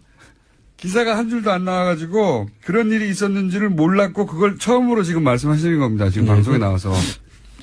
정말 국감장에 올려가려고 하는 국회의원들을 피감기관인 국세청에서 상상할 수 없는 일입니다. 막았다는 것은 그건 있을 수 없는 일이죠. 상상할 수 없는 일입니다. 예. 결국 그래서 이제 그 국감장에 남아있던 야당 의원들과 보좌진들이 위에서 거꾸로 이제 밀고 내려왔죠. 그 스크럼을 짠 국세청 직원들을 해치고 그래서 통로를 뚫고 올라갔습니다. 그래서 가서 이제 야당 의원들하고 기자들하고 이제 간담회도 하고 이야기를 했는데 그런 내용도 하나도 기사화되지 않았죠. 그 내용도 빠졌어요. 예. 그렇게 맡고 싶었던 분이에요. 안영구 청장님이. 왜냐면 안영구 청장님은 노무현 대통령이 어떻게 죽게 되었는가, 그 첫 출발이 뭔가, 그 사건의 출발 현장에 계셨던 분이거든요. 그 내용을 너무나 잘 알고 있죠. 제가 처음부터 끝까지. 지난 시간에 잠깐 얘기했지만 결국은 이제 당시 한상률 국세청장이 노무현을 잡으려면 이거 필요하니까 하라고 한 거 아닙니까? 거기서 시작된 거예요. 거기서 시작된 것이고, 그런 사실이 언론에 보도되거나 혹은 연결될까봐 안영구 청장님이 국회에 등장하든 어디 등장하든 다 막으려고 했던 것이고. 그렇습니다. 예. 이렇게 위험한 인물입니다. 야, 그 언론이 그걸 보도하지 않았다면 이게 참, 이게 말이 안 되는 거군요. 참 그 당시에 언론들이 한 수십 군데로 제가 알고 있거든요. 국세청 국감이니까요. 예. 근데 이제 그 언론사에서도 이제 언론사도 역시 이제 공적인 기능을 하지만 역시 여기도 기업이거든요. 네. 그래서 이제 국세청은 두려워하는 거죠. 그러니까 그거를 국세청 단독으로는 이런 판단을 못 해요. 국세청이 뭐라고 갑자기 국회의원들 몇 명이 와서 피감기관에 대해서 감사한다는데 그걸 막습니까? 국세청의 기업이 도려운 존재라는 걸 알고 있는 위에서 국세청한테 시켰겠죠, 당연히. 뭐 그렇게도 생각할 수 있죠. 국세청이 어떻게 자체 판단으로 그렇게 할 수 없습니다. 그 수많은 기자들과 국회의원들을 다 막아버립니다. 그렇게 판단했다면은 그건 정말 어리석은 사람들이죠. 어리석은 사람들이지만 그때는 막았잖아요. 예. 광대 성공했고 이거 지금 5년 지나가지고 뉴스 공장에서 얘기하시지 않습니까? 그렇게 막아냈어요. 예, 실제로. 당시 언론도 기업이라고 말씀하셨는데, 그러니까 이 세금 가지고 이제 언론에 이제 세금 관련을 막 국세청이 파면 언론도 이제 걸릴 게 많다. 언론사도 이제 세무조사를 받죠. 예. 그러니까 이제 통상 국세청에서 바람직하지 않다고 생각하는 기사 이런 것들은 국세청이 이제 언론사를 가서 이제 뭐 담당이 있습니다. 사실 그 국세청 안에 각 그 정해진 언론사 담당이 있어요. 그 담당들을 뭐 담당 국장들이 보통 이렇게 가서 그 언론사 사주 내지는 경영진들한테 이야기를 하죠. 그럼 또 경영진들은 기자라든지 이 뉴스의 그 편집자들한테 이야기를 해서 그 기사가 빠지곤 하는데 여기 그걸 적나라하게 보여주는 사례죠, 이게. 누군가 어딘가에 구석에 썼을 수는 있어요. 네. 근데 이제 포탈에 노출이 안 되고 이러면 존재하지 않는 기사나 마찬가지니까요. 이건 네. 대서특필돼서 포탈의 메인에 하루 종일 걸렸어야 될 피감기관이 국회의원을 다 밀쳐냈으니까요. 네, 그건 정말 대서특필돼야 될 사건이죠. 있을 수 없는, 들어본 적이 없는 사건이에요. 네. 들어본 적이 없는 사건인데 그 밀어낸 이유가 안원구였다. 이겁니다. 그래서 그때 당시에 책을 사십시오. 국세청은 정의로운가. 자, 번개가 안 나오네요. 또 저희 PD가 턱을 개고 혼자 빠졌어요. 또. 예.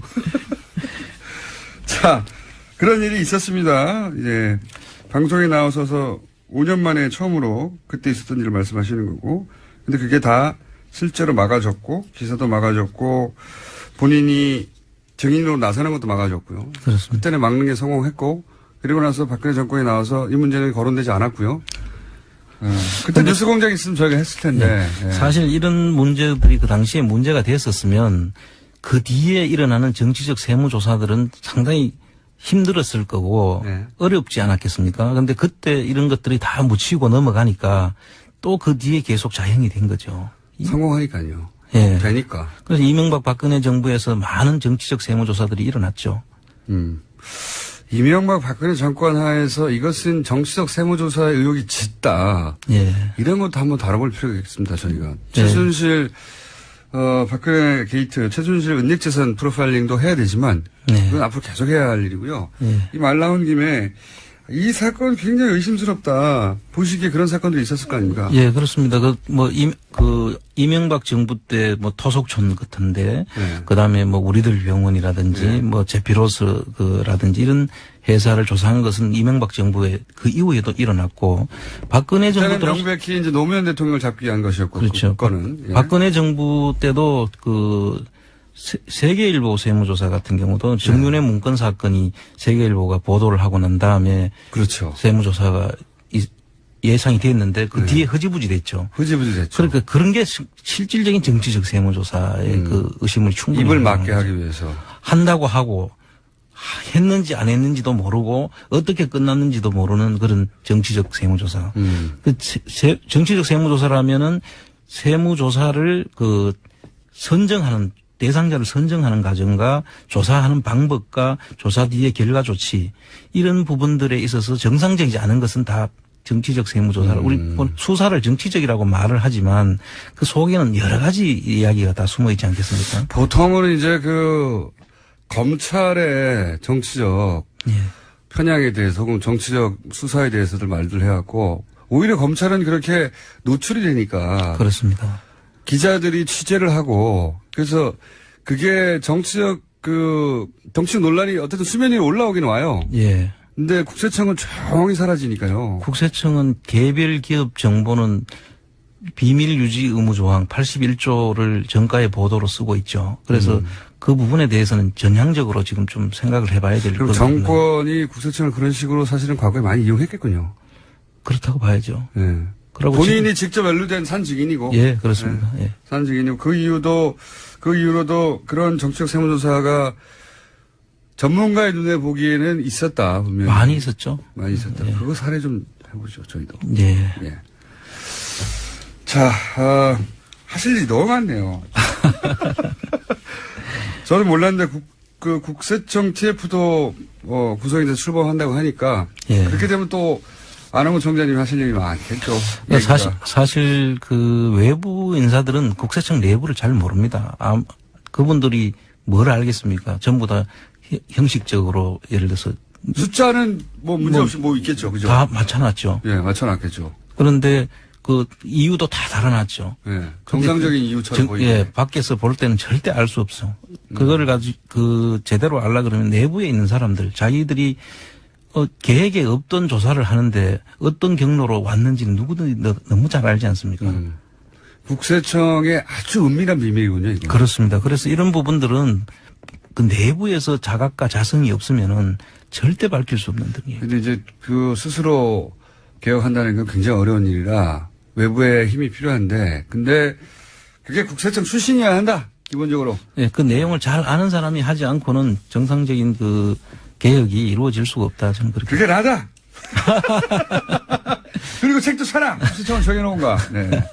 오늘 주제는 여기까지. 결론은 책을 사라. 제가 그동안 죄송했거든요, 실제. 저희 출연도 얼마 안 되는데 도와드릴 방법도 없고 고민이 많았어요. 네. 저도 한마디 하겠습니다. 저수지 게임 많이 보라고. 여기까지 하겠습니다. 예. 안홍근 전 대구지방국세청장이었습니다. 감사합니다. 예, 감사합니다.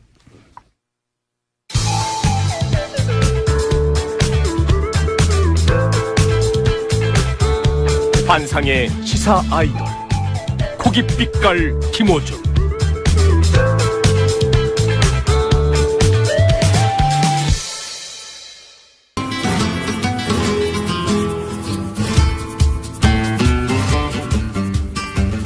황교익 선생님 아까부터 나와 계십니다. 안녕하십니까? 안녕하세요. 네, 딴 거 하기 전에 네. 문자가 아주 재밌는 게 하나 읽어드릴게요.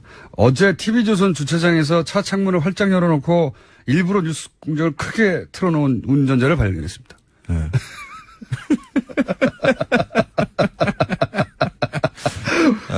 마음이 울컥했습니다라고 문자 보냈어요. 재밌는 분이네요. 네. 근데 진짜 그거 꼬치구이 오늘 이야기한다. 누구한테 얘기하셨어요? 작가하고 저하고 밖에 모르죠. 주제. 저희 작가가 이런 문자를 보낼 리가 없어요. 아니 그게 어떻게 그런 게. 본인이 하신 거예요 그러면? 아니 제가 홈페이지 들어가지도 않는데. 본인이 하신 거예요. 이상하네. 내가 도청당하고 있는 거 아닌가 하는 그런 불길한 느낌. 제 생각에는 말이죠. 앞으로 예. 이 문자를 저희가 슬렁슬렁 모르는데 전수조사를 좀 해야 되겠어요. 전수조사를 해가지고 친인척들이나 알바들을. 자, 꼬치구이. 꼬치구이가 왜 등장했습니까? 그 문재인 대통령이 러시아 네. 순방을 했어요. 네. 그래서 뭐 거기서 9개의 다리를 놓겠다. 네, 러시아와의 예. 관계를 국방정책 이야기를 뭐 했었는데 러시아와 우리가 그렇게 좀 뭐 전쟁 이후에 그렇게 좀 먼 관계로 문화적으로 이렇게 연결이 안 돼 있는 것으로 보통 많이 굉장히 멀리 느끼죠. 네. 생각을 해요. 그런데 러시아에서 가장 흔히 먹는 고기구이가 고기요? 우리 제사상에도 오르는 음식이다라는 것을. 아, 그래요? 예. 그걸 갖다가 설명드리려고. 그래요? 러시아 음식이 우리 제사상에 올라가요? 뭡니까? 네. 사슬릭이라고 아시죠? 러시아나 우즈벡이나 뭐 몽골이나 뭐 이쪽에서 흔히 먹는 고기를 꼬챙이에 개어서 이렇게 구워서 먹는. 꼬치구이 아닙니까? 꼬치구이. 그렇죠. 예. 그걸 사슬릭이라고 이야기를 합니다. 꼬치구이는 터키도 먹고요. 그렇죠? 그렇습니다. 네. 그쪽에서도 사슬릭이라 그러고요. 아랍권에서도 사슬릭이라 맞습니다. 그러고. 그러니까 구대륙, 유라시아 대륙에, 그러니까 중국도 물론 꼬치구이들이 있지만 그쪽은 사슬릭이라는 말은 쓰지를 않는데 그 유라시아 대륙, 구대륙의 문명권에 있는 고기구이들, 꼬치에 구워서 먹는 거 이거 다 사슬릭이라고 이야기해요. 우리가 중앙아시아 쪽에서 왔으니까. 그렇죠. 근데 이 사슬릭이라는 음식이 조선의 문헌에 등장을 하는 게 이런 식으로 등장을 해요. 설화멱, 설리적, 설화멱적 뭐 이런 식으로 등장을 해요. 사슬릭 발음이 그렇게 변한 겁니까? 그렇죠. 그러니까 사슬릭이라는 말은 들었는데 그걸 이제 뭐 외려우니까 이렇게 표기를 하려고 그러니까 뭔가 이렇게도 들리고 저렇게도 들리는 거죠. 음차해가지고. 그렇죠. 그래서 표기 방법이 설화멱, 설리적, 설야적 뭐 이런 식으로 다양하게 이렇게 적어놔요. 그래서 그걸 한국 전통 음식을 연구한다는 분들이 보면 조금 엉뚱한 그 해석들을 가해요. 그래서 뭐 눈설자가 있으니까 눈 오는 밤에 구워 먹는 뭐 고기고. 한자만으로 이제 하는 거죠. 그렇죠. 중국의 난로회의 풍습이 어쩌고 뭐 이런, 아니요. 음가를 딴 거네요, 그냥. 그렇죠. 사슬릭을, 그냥 들리는 대로 뭔가 한자로 적다 보니까 그렇게 설리적, 설화멱 뭐 이런 식으로, 여러 가지 명칭이 등장하게 그렇죠. 됐다. 그래서, 설화멱의 산림경제나 규합총서 등에 나오는 그 조리법을 보면 이 사슬릭 조리법 그대로예요. 설화적을 중국식으로 발음하면 어떻게 되나? 글쎄요. 그러면 사슬릭이 비슷할지도 모릅니다. 그렇죠. 그럴 수도 있겠네요. 네. 꼬챙이에 고기를 개어서 이게 불에 굽는데, 굽고, 양념을 발라서 이렇게 굽고 하는 걸, 처음에는 굽다가, 물에 담그고 다시 굽고, 물에 담그고 굽고, 이걸 3번 반복하는 것으로 이렇게 나와 있어요. 그러니까, 물에 넣는다는 것을 또 전통 음식 연구하시는 분들이 또 그걸 고기를 부드럽게 하기 위해서 뭐 막 이렇게 풀어놨는데 그런 거하고 전혀 관계 없고요. 그러니까 예전에 불의 사정을 보면 뭐 장작불이나 숯불이 있거든요. 약하니까 불이. 그렇죠. 불이 좀 거칠죠. 우리가 이제 의도하는 그런 불들로 만들지를 못하죠. 그런데 또 옛날에 그 고기들은 요즘처럼 뭐 마블링이 있고 연하고 이러지 않거든요. 이게 질기죠. 그래서 큼직큼직하게 잘려질 수밖에 없어요. 뭐 칼도 좋은 게 아니니까. 그렇죠. 그래서 겉은 타고 속은 안 익을 수 있죠. 그래서 물에 넣어서 털어냈군요. 그렇죠. 그러니까 겉이 타는 것을 방지하기 위한 방법이죠. 그러니까 요즘에 뭐 스프레이가 있다 그러면처럼 그 스프레이로 가지고 이렇게 뿌리고 뭐 이렇게 했겠죠. 그러니까 이 조리법도 똑같아요.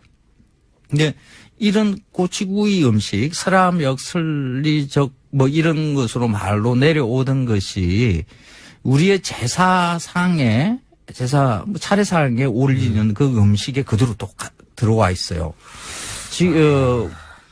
그 집안마다 조금씩 다르지만은 보통 소고기나 돼지고기나 고기류를 꼬챙이에 개어서 이렇게 굽는 음식을 제사상에 반드시 올립니다. 그걸 산적이라고 이야기를 하죠. 그렇죠. 산적. 산적. 그리고 또 일부 지방에서는 사슬적 이렇게 이야기를 합니다. 이거 사슬릭하고 거의 갖다 붙기 시작하네요. 그렇습니다. 그러니까 산적이라는 말도 사슬적에서 이렇게 넘어갔을 것이다라고 볼 수가 있어요. 그러니까 꼬치에 개어서 굽는 이 음식의 계통은 그러니까 내려오다가 우리의 제사상에 이렇게 안착될 정도로 오래됐다는 얘기죠. 이게. 그렇죠. 그러니까 러시아가 이거 뭐 공산화 이후에 우리가 뭐 전쟁 북한과의 남북 분단 뭐 이런 과정에서 저 멀리 떨어져 엄청나게 있는 멀어져 있는 것 같은데 그런 그 국가로 이렇게 여기지만 실제로 음식 문화의 맥락으로 보면 네. 오히려 중국보다도 우리와 더 이렇게 긴밀한 관계를 가지고 있는 것일 수도 있다. 그럴 수도 있겠네요. 이게 다 중앙아시아에서 흩어져간 나라들이 가지고 있는 공통점이네요, 이게. 그렇죠. 음식에. 그러니까 이런 그 조선이나 뭐 이런 그 고 문서들 옛날에 어떤 음식을 먹었는가에 대한 기록들 이런 것을 들여다 볼 때 우리는 분단 이후에 우리 갇혀 있는 상황에서 지금 현재 정치적 사회적 상황에서의 것으로 자꾸 들여다보려고 그러고 그 우리의 조상들의 지혜로운 조리법 뭐 이런 식으로 해석을 하는 것들이 일반적이거든요. 이런 시각을 버리고 조금 더 넓게 저 아시아 대륙 유럽 대륙 뭐 이런 것과 어떻게 연결되어 있는 건가. 우리 어족이 알타의 어족 아닙니까? 그렇죠. 예. 그래서 거기서 다 넘어왔어요. 예, 그렇게 연결해서 보면 우리의 음식 문화가 저 대륙 러시아 넘어서 우즈벡 넘어서 아랍 넘어서 그 유럽까지 이렇게 다 있는 그 음식의 맥을 읽을 수가 있습니다. 그 맥 그 시베리아 횡단 열차의 맥과 같은 거죠. 지금 우리는 분단되어 있어서 그 부산에서부터 출발하는 그 차가 맞습니다. 땅이 다 연결돼 있거든요, 이게. 그렇죠.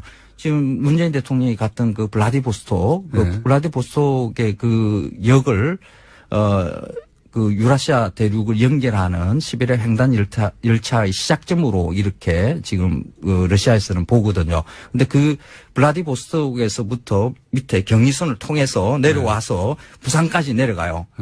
그 연결 통로를 김대중 대통령이 이제 그 연결하자 해서 그렇게 저도 그거 연결했었죠. 정말 바랍니다. 진짜. 땅이 연결되지 않아서 우리가 정신도 고립되거든요. 그렇죠. 섬처럼 사고예요. 그 블라디보스톡. 항상 주장하는 겁니다, 저도. 블라디보스톡에 가면 거기서 이야기하는 도시의 이미지를 아시아의 시작, 유럽의 끝 이렇게 이야기를 해요. 아시아의 시작. 근데 그 연결 고리를 부산까지 와야 돼요. 부산이 좋습니다. 그렇게 하죠. 아시아의 시작이고 유럽의 꼬치구이 끝이에요. 들고 야 우리 다 통하는 데야 이러면서 그 기차에서는 꼭 이 꼬치구이를. 그래서 문재인 대통령이 러시아와 9개의 다리를 놓겠다 하는 그런 게 문화적으로도 굉장히 의미 있는 일이다. 음식 문화에서도 굉장히 황교익 씨였습니다. 고맙습니다. 감사합니다. 저는 오늘 뵙겠습니다. 안녕. 네, 감사합니다. 자, 어제 저희가 잠깐 전해드렸는데 트럼프 정부가 다카 프로그램, 불법 체류 청년 추방 유예 프로그램, 오바마 정부가 시행한 프로그램이죠. 이 결정으로 미국 전역에서 반발이 일고 있는데 한인사회 분위기는 어떤지 저희가 잠깐 짚어보겠습니다. 미국 시민참여센터 김동석 상임이사 연결됐습니다. 안녕하세요, 이사님. 네, 안녕하세요. 뉴욕입니다. 미국이시군요. 알고 전화드렸습니다. 미국인 줄. 자, 네. 예, 지난 주말 한국에 계시더니 벌써 미국 가셨네요. 이 다카 페이지 이 급한 일 때문에 들어왔습니다. 우리 일이 이런 거기 때문에요. 아, 그렇군요. 우선 다카가 어떤 프로그램인지 간단히 설명해 주십시오. 다카는 이민자 관련된 건데요. 2012년 말씀하신 것처럼 그 오바마 대통령이 대통령 명령으로 이를테면은 어린 나이에 16살 미만입니다. 스스로 어떤 것도 결정할 수 없는 아주 어린 나이에 본인 의지와 관계없이 이제 부모 손에 이끌려서 미국에 온 불법 체류자가 된 이런 사람들이 이 사회인이 되면서 무엇도 아무것도 할 수가 없었습니다. 추방 대상이 되기 때문에요. 그래서 그런 사람들은 누가 봐도 미국 시민이니까 오랫동안 미국에서 생활했기 때문에 그래서 추방을 막아줌으로 해가지고서 성인이 되면서 이런 사람들이 이제 그 운전면허증도 받을 수 있고 또 학교도 대학을 갈 수 있게 하고 또 취업도 할 수 있고 이렇게 하도록 오바마 대통령이 2012년 6월 달에 이제 대통령 행정 명령으로 추방 유예를 시킨 이제 대통령 명령입니다. 이게 닥합니다. 네, 뭐 인도주의적 조처라고 사실 그때 당시 뭐랄까요 찬성하는 특히 이민자 2세대들은 찬성하는 환영을 받았었는데 이 대상자가 굉장히 많았죠. 지금도 계속 늘어나고 있죠. 그렇습니다. 사실은 이게 왜 나오게 됐나 하면은, 뭐 다 들으셨겠지만 드리머라는 얘기가 이제 통용되고 있습니다. 뭐냐 하면은, 불법 이민자들의 자녀로 미국에 와서 교육받고 고등학교를 졸업했는데, 대학을 가려니까 이제 서류 미비자기 때문에 대학도 못 가고 이런 사람들이 1년에 거의 한 7만여 명씩 나타나는 거였어요. 2000년대 들어서. 예. 그래서 이거를 아시겠지만은 911 테러 이후에 이민자들을 의심이 간다 그래서 이민자 그룹을 불법 이민, 합법 이민으로 나눈다 이런 논란이 될 때 불법 이민을 추방하는데 그중에서 우리가 보호해야 될 거는 이렇게 어린 나이에 미국에 와서 계속 미국에서 교육받고 미국 생활에 익숙한데 어디 추방해도 이게 미국 시민인데 그래서 이 사람들을 드리머죠. 이런 사람들을 영주권을 주자. 드림 액트입니다. 계속 이 드림 액트를 의회에서 제기해서 친이민적인 당인 민주당이 계속 이걸 통과시키려고 했는데 심지어는 오바마 정부가 들어와가지고 2008년부터 2012년까지도 통과가 안 됐어요. 네. 공화당의 벽 때문에. 그래서 오바마 임기 두 번째 첫 해인 2012년에 안 되겠다 오바마 대통령이 이거는 비인간적이다. 적어도 어렸을 때 온 미국 시민일 수밖에 없고 나가면은 미국 시민인데 해가지고 이거를 영주권은 주지 못하지만 법이 통과가 안 돼가지고 그래서 다카라는 걸 만들어서 추방되는 건 막자. 그랬던 게 이제 다카고 그래서 이렇게 만들어지고 드리머라는 말이 이렇게 해서 이제 생겨난 그렇죠. 겁니다. 아니 유치원 때 왔는데 본인은 불법의 인식조차 없고 결정권도 없는데 결국 미국 교육을 평생 받았는데 갑자기 떠나라고 하면 갈 곳도 없고요. 그래서 이제 이런 법안이 만들어진 건데 실제 그리고 또 이런 사람들이 뭐 실리콘밸리나 이런 곳에 많이 취입해서 미국 경제에도 도움이 된다 이런 인식도 있고요.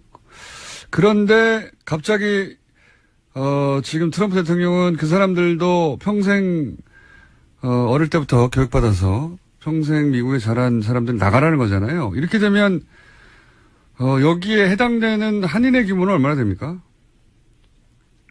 한인이 지금 이 다카 폐지에서 어제 오늘 일반 언론에 뭐 7,000명, 10,000명 그러는데요. 사실 이거는 7,000명, 10,000명은 그걸 이제 장관을 처음으로 불러서 불려간 건 처음인데 처음으로 불러서 요 얘기를 지시했다는 거 아닙니까? 문체부 장관에게 그러면서 이제 정반대로 그러니 이런 영화를 지원해야 한다는 화이트리스트가 등장하죠. 아직 화이트리스트 수사는 진척이 안 된 걸로 아는데 여기에 또 모태펀드라는 게 등장합니다. 네. 공공펀드인데 어마어마합니다. 자금 규모가. 근데 이제 저희가 최순실 게이트 한참일 때 한번 전해드린 적이 있는데 이 화이트리스트 모태펀드를 이용해서 화이트리스트 지원을 받았다고 의혹을 받는 영화가 있죠. 지원을 받았죠, 실제. 예. 근데 그 영화사가 알고 봤더니 그 태극기 집회, 친박 집회 단체들과 가짜 뉴스를 만드는 단체들이 있는 사무실에 같이 있더라. 그 건물을 같이 썼던 거죠. 예, 큰 건물이 아닌데 이게 뭐 어마어마하게 큰 건물이면 빌딩이면 같은 건물에 있어도 그럴 수 있다고 싶은데 이건 조그만 건물인데 위아래로 같이 있었어요. 네, 저도 그 건물 가봤었는데 한 3, 4층 되는 강남에 있는 건물이었습니다. 네, 거기에 이제 조그만 빌딩이 같이 모여있던. 그러니까 이제 화이트리스트하고 친박 집회 주도 단체와 가짜 뉴스를 만드는 것과 한 통속이 아닌가 이런 의혹을 가질 수밖에 없죠. 예. 자체적으로는 건전 콘텐츠라고 부르고 있습니다. 네, 건전. 본인들에게는 건전했겠죠. 그래서 이제 이게 다 연결되어 있는 것이다. 그리고 이 뒤에 청와대가 있는 게 아니냐. 왜냐하면 청와대가 사실은 블랙리스트를 만들고 또 정반대로 화이트리스트를 만들어서 모태펀드를 이용해서 지원했으니까요. 그 그 지원을 받은 영화사가 친박 집회를 주도한 단체와 가짜뉴스를 만드는 단체, 집단, 회사와 같이 있었으니까요. 근데 이게 저는 한 건물이 아니었을 거라고 봐요. 예. 그런 단체는 많았고,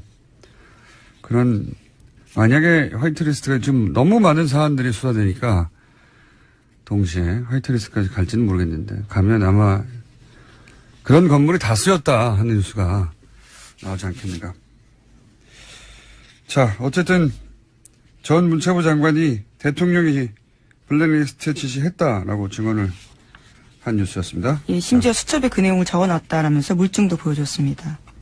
알겠습니다. 이정현 판사님이 어제 술을 과하게 드시고 못 일어날 수 있기 때문에 그러면 현재 기준으로 행방불명이거든요. 저희가 아무리 전화를 해도 시간이 안 되면 다른 분이라도. 예. 예를 들면 박범계 의원처럼 최고위원이지만 수면에서 깨어났을까지 확실시 되는 분에게 저희가 연결한다든가 노력해보겠습니다. 다음 뉴스는요? 네, 검찰이 한국항공우주산업 그러니까 카이를 압수수색하던 날 친박계 이정현 의원이 그 자리에 있었다라는 사실을 경향신문이 보도했습니다.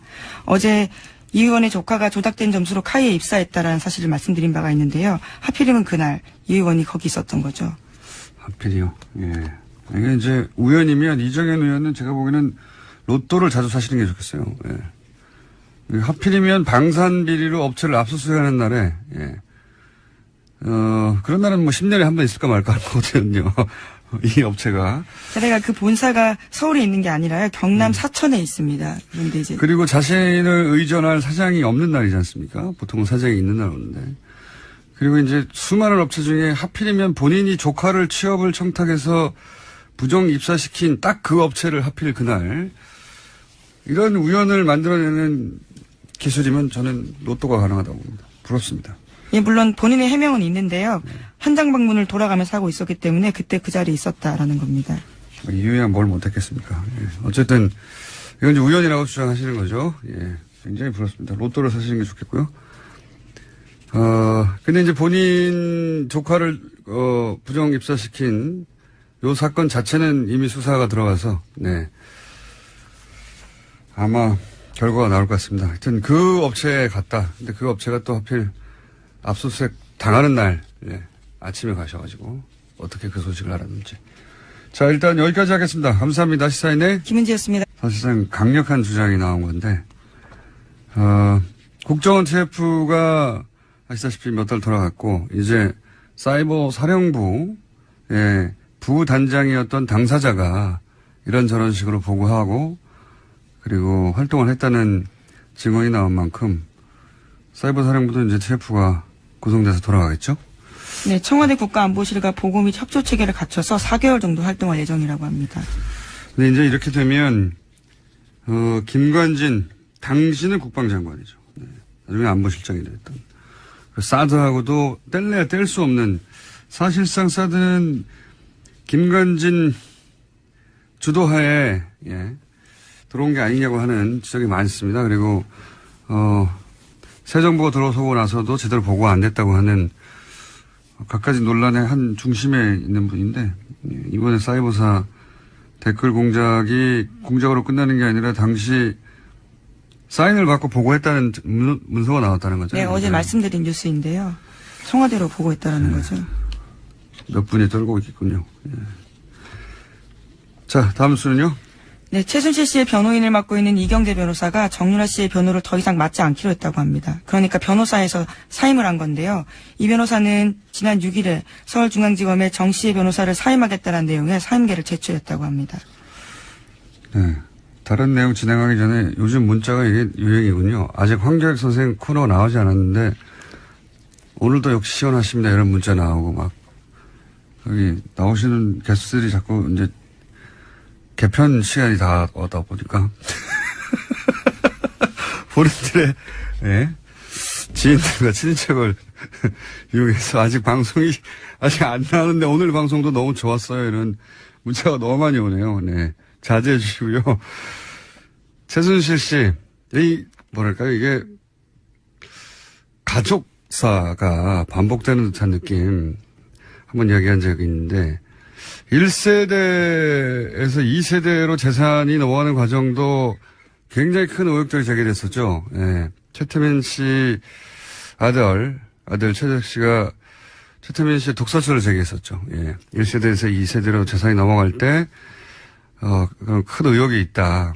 밝혀진 바는 없습니다. 근데 구체적인 증언이 있었었는데 저희 방송에서도 다뤘었고. 근데 2세대에서 3세대로 넘어가는, 저는 이제 이게 단순히, 정유라 씨와 변호인단이 서로 뜻이 맞지 않다가 아니라 2세대에서 3세대로 재산이 넘어가는 과정의 갈등, 재산 갈등이 본질적인 거라고 보여집니다. 네. 그런 얘기도 일부 나왔었죠. 예. 정유라 씨와 최순실 사이에 재산에 관련해서 주고받는 대화 일단락에 등장한 적이 있는데, 예. 본질적으로는 재산 갈등인 것 같아요. 어떻게 전개될지 굉장히 흥미진진한 부분이 있습니다. 네.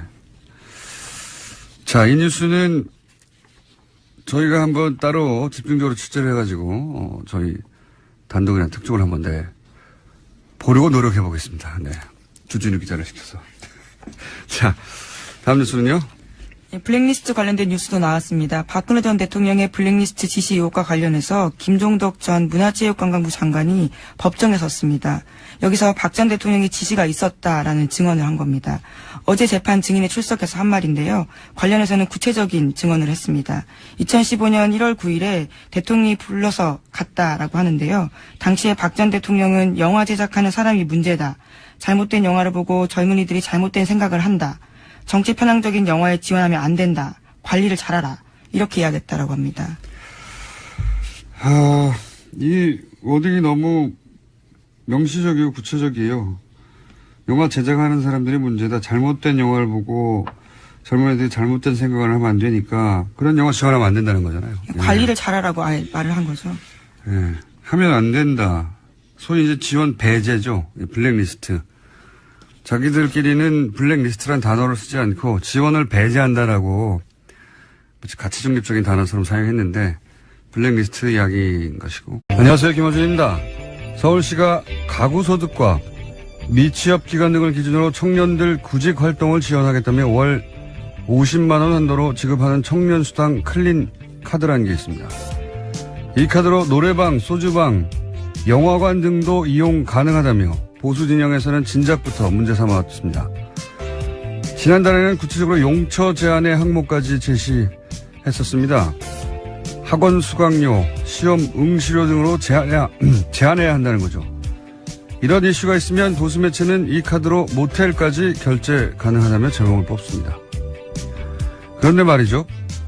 가구 소득이 낮은 미취업 기간이 길어진 청년들이 취업이 늦어져 형편도 어렵고 스트레스 받다가 소주도 한잔하고 영화도 한 편 보고 그리고 연인과 사랑도 할 수 있어야 그게 최소한의 사람답게 사는 꼴인 거죠. 미취업이 범죄가 아닙니다. 어떻게 사람이 취업 준비만 하고 삽니까? 청년들이 그 카드로 모텔을 가는 게 염치 없는 게 아니고 기성세대가 다음 세대에 제대로 된 일자리를 충분히 만들어지 못한 사회적 책임을 학원 수강료 좀 지원해 주는 걸로 다 했다고 생각한다면 그게 염치 없는 겁니다. 김호준 생각이었습니다.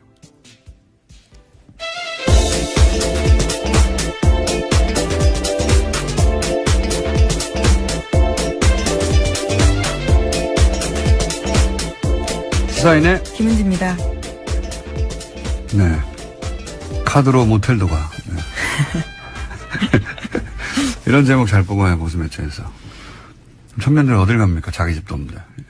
자기들은 눈살롱 가면서. 자, 이런 뉴스 보면, 뭐랄까요. 공부하는 기계, 취업 준비하기 위한 기계, 그렇게 여기는 것 같아요. 예. 그리고 그것만 해주면 되지 뭘. 사람이 어떻게 그렇게만 삽니까? 청년을 바라보는 시각이 아주 단편적인 거죠. 그 특정 목적에 봉사하는 어떤 기계 같은 존재, 부속 같은 존재를 여기는 것 같아요. 그래서 딱 그것만 기름칠 해주면 된다. 사람이 어떻게 그렇습니까? 이걸 계속 문제 삼는 게 전, 이거 항상 보수 매체만 이런 거 문제 삼는 건지, 보수 정치인가. 자, 첫 번째 뉴스는요? 네, 사드 배치를 두고 정치권 공방도 치열했습니다. 여당인 더불어민주당은 그동안 사드 배치에 부정적이었던 점을 인식한 듯이 이번 배치가 임시라는 사실을 강조했습니다. 하지만 야3당은 사드 배치에 애매한 입장을 보였던 더불어민주당이 혼란만 부추겼다면서 비판했습니다. 자유한국당은 괴담 유포에 대한 사과를 요구했고요. 국민의당과 바른정당은 수용할 수밖에 없는 현실이라고 하면서도 더는 소모적인 논란이 없어야 한다라고 강조했습니다. 정의당은 임시 배치가 말장난에 불과하다면서 대선 공약 파기라고 비판했습니다. 정의당에서는 이렇게 주장할 수 있죠. 근데 어제 김종대 의원이 또 트럼프의 푸들로 전락했다고 그래가지고 논란이 또 한 번 됐죠. 예. 뭐 정의당은 일관되게 사드 반대를 했기 때문에 이런 얘기 할 수 있습니다. 근데 푸들로 전락했다는 좀 많이 나왔네요. 예. 여기 이제 영국의 토니 블레어가 이라크 전쟁 때 미국보다 더 적극적으로 파병했다고 해가지고 그때 이제 부시의 푸들로 불리면서 이제 푸들이라는 단어가 푸들 자체는 털 안 빠지고 좋아요. 예. 실내에서 얘기해. 그런데 그리고 나서 워싱턴 포스트가 이명박 대통령 때 또 한 번 이런 표현을 사용했어요. 이게 토니 블레어의 강력한 경쟁자, 우리가 한 표현이 아니라 스트롱 컨텐더라고 이명박 전 대통령이 부시의 푸들이다 이런 표현을 한 적이 있는데, 근데 이게 너무 좀 나간 게 사드 배치를 그러면 미국보다 더 원한다 이런 맥락이어야 하거든요. 예. 시키기 전에 한다든가. 토니 블레어가 그랬다고 푸들이라고 들었는데 이건 좀 너무 나갔네요. 여하간 정의당의 입장이 이럴 수는 있습니다. 당연히. 시민들도 반대할 수 있고 시민단체도 반대할 수 있죠. 예. 진보적인 시민단체는 자기 정체성에 맞는 주장을 하는 거고요.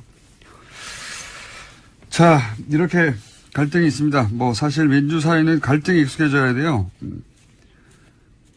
예전에 국민통합 져야 한다 이러면서 과거에는 갈등 자체를 제약시했는데 국민통합이라는 단어가 일종의 사기였죠. 예. 정부와 다른 목소리를 내는 사람을 탄압하는. 어떻게 모두 같은 생각을 합니까? 예수님도 실패했는데 부처님도 실패하고.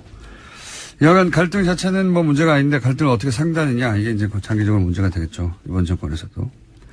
사드 관련해서 말들이 많습니다. 여하간. 자, 다음 뉴스는요. 네, 국정원 민간인 댓글팀 소식 계속 전해드리고 있는데요. 이번에는 국정원 퇴직자 모임 전현직 간부들한테 검찰이 구속영장 청구한 바가 있습니다. 오늘 그 소식이 나왔는데 영장이 모두 기각됐습니다. 서울중앙지법 오민석 영장전담 부장판사가 오늘 밝힌 바인데요. 범죄 혐의는 소명되나 수사 진행 경과 등에 비춰 도망 및 증거인멸의 염려가 있다고 보기 어렵다면서 양지회 전 기획실장 노모 씨에게 청구된 구속영장을 기각했습니다. 오민석 부장판사는 우병우 영장 기각한 분 아닙니까? 네, 첫 번째 영장을 기각했던 판사입니다. 첫 번째, 두 번째 영장이 모두 기각된 바가 있는데요. 네. 또 이정열 전 판사님이 소환이 돼야 되겠네요. 이게 정말 이해가 안 가네요. 일반적인 상식으로도 이 댓글 수사야말로 증거인멸의 화신들 아니었나요, 이때까지? 대마왕 케이스 아닙니까? 증거인멸에. 이거 뭐 개인 차원이 아니라 국정원 차원에서도 처음부터 부인하고 처음부터 자료를 내놓지 않고, 몇 년이 지나서야 TF 만들어지고 나서야 이제 조금씩 드러나는데, 실제로 근데 더욱 말이 안 되는 건, 이 양재 간부들이 수사가 진행되자 또 압수수색을 앞두고 증거를 삭제하거나 은닉하지 않았습니까? 네, 그런 혐의로 또 다른 양지의 현직 간부 박모 씨 같은 경우에도 영장이 청구가 된 바 있는데요. 이 간부 같은 경우에도 영장 기각됐습니다.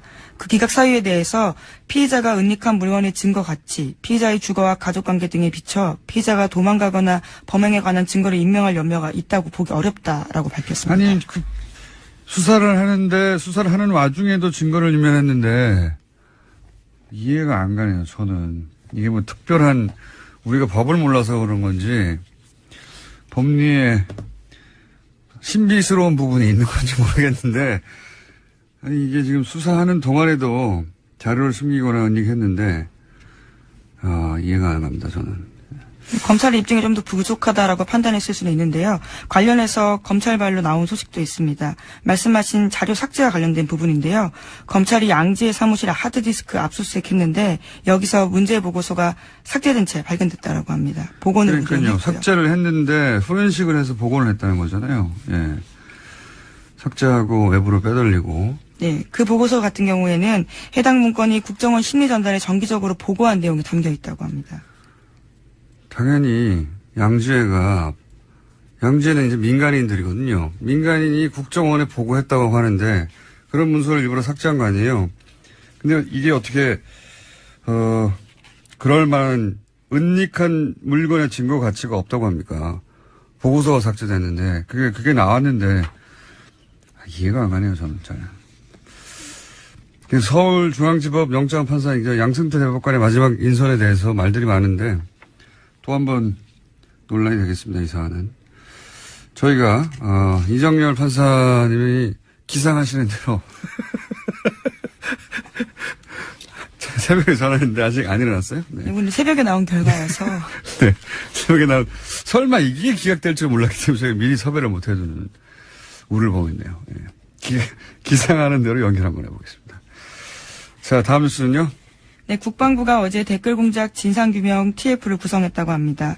국방부는 군사이버사령부가 2012년 대선 개입을 계획한 사이버 심리전 지침을 청와대에 보고했다는 의혹이 제기되자 TF를 구성해서 조사에 착수했다고 밝혔습니다. 뭐 보고했다는 의혹 정도가 아니죠. 보고했다는 당사자가 내가 보고했다고 했으니까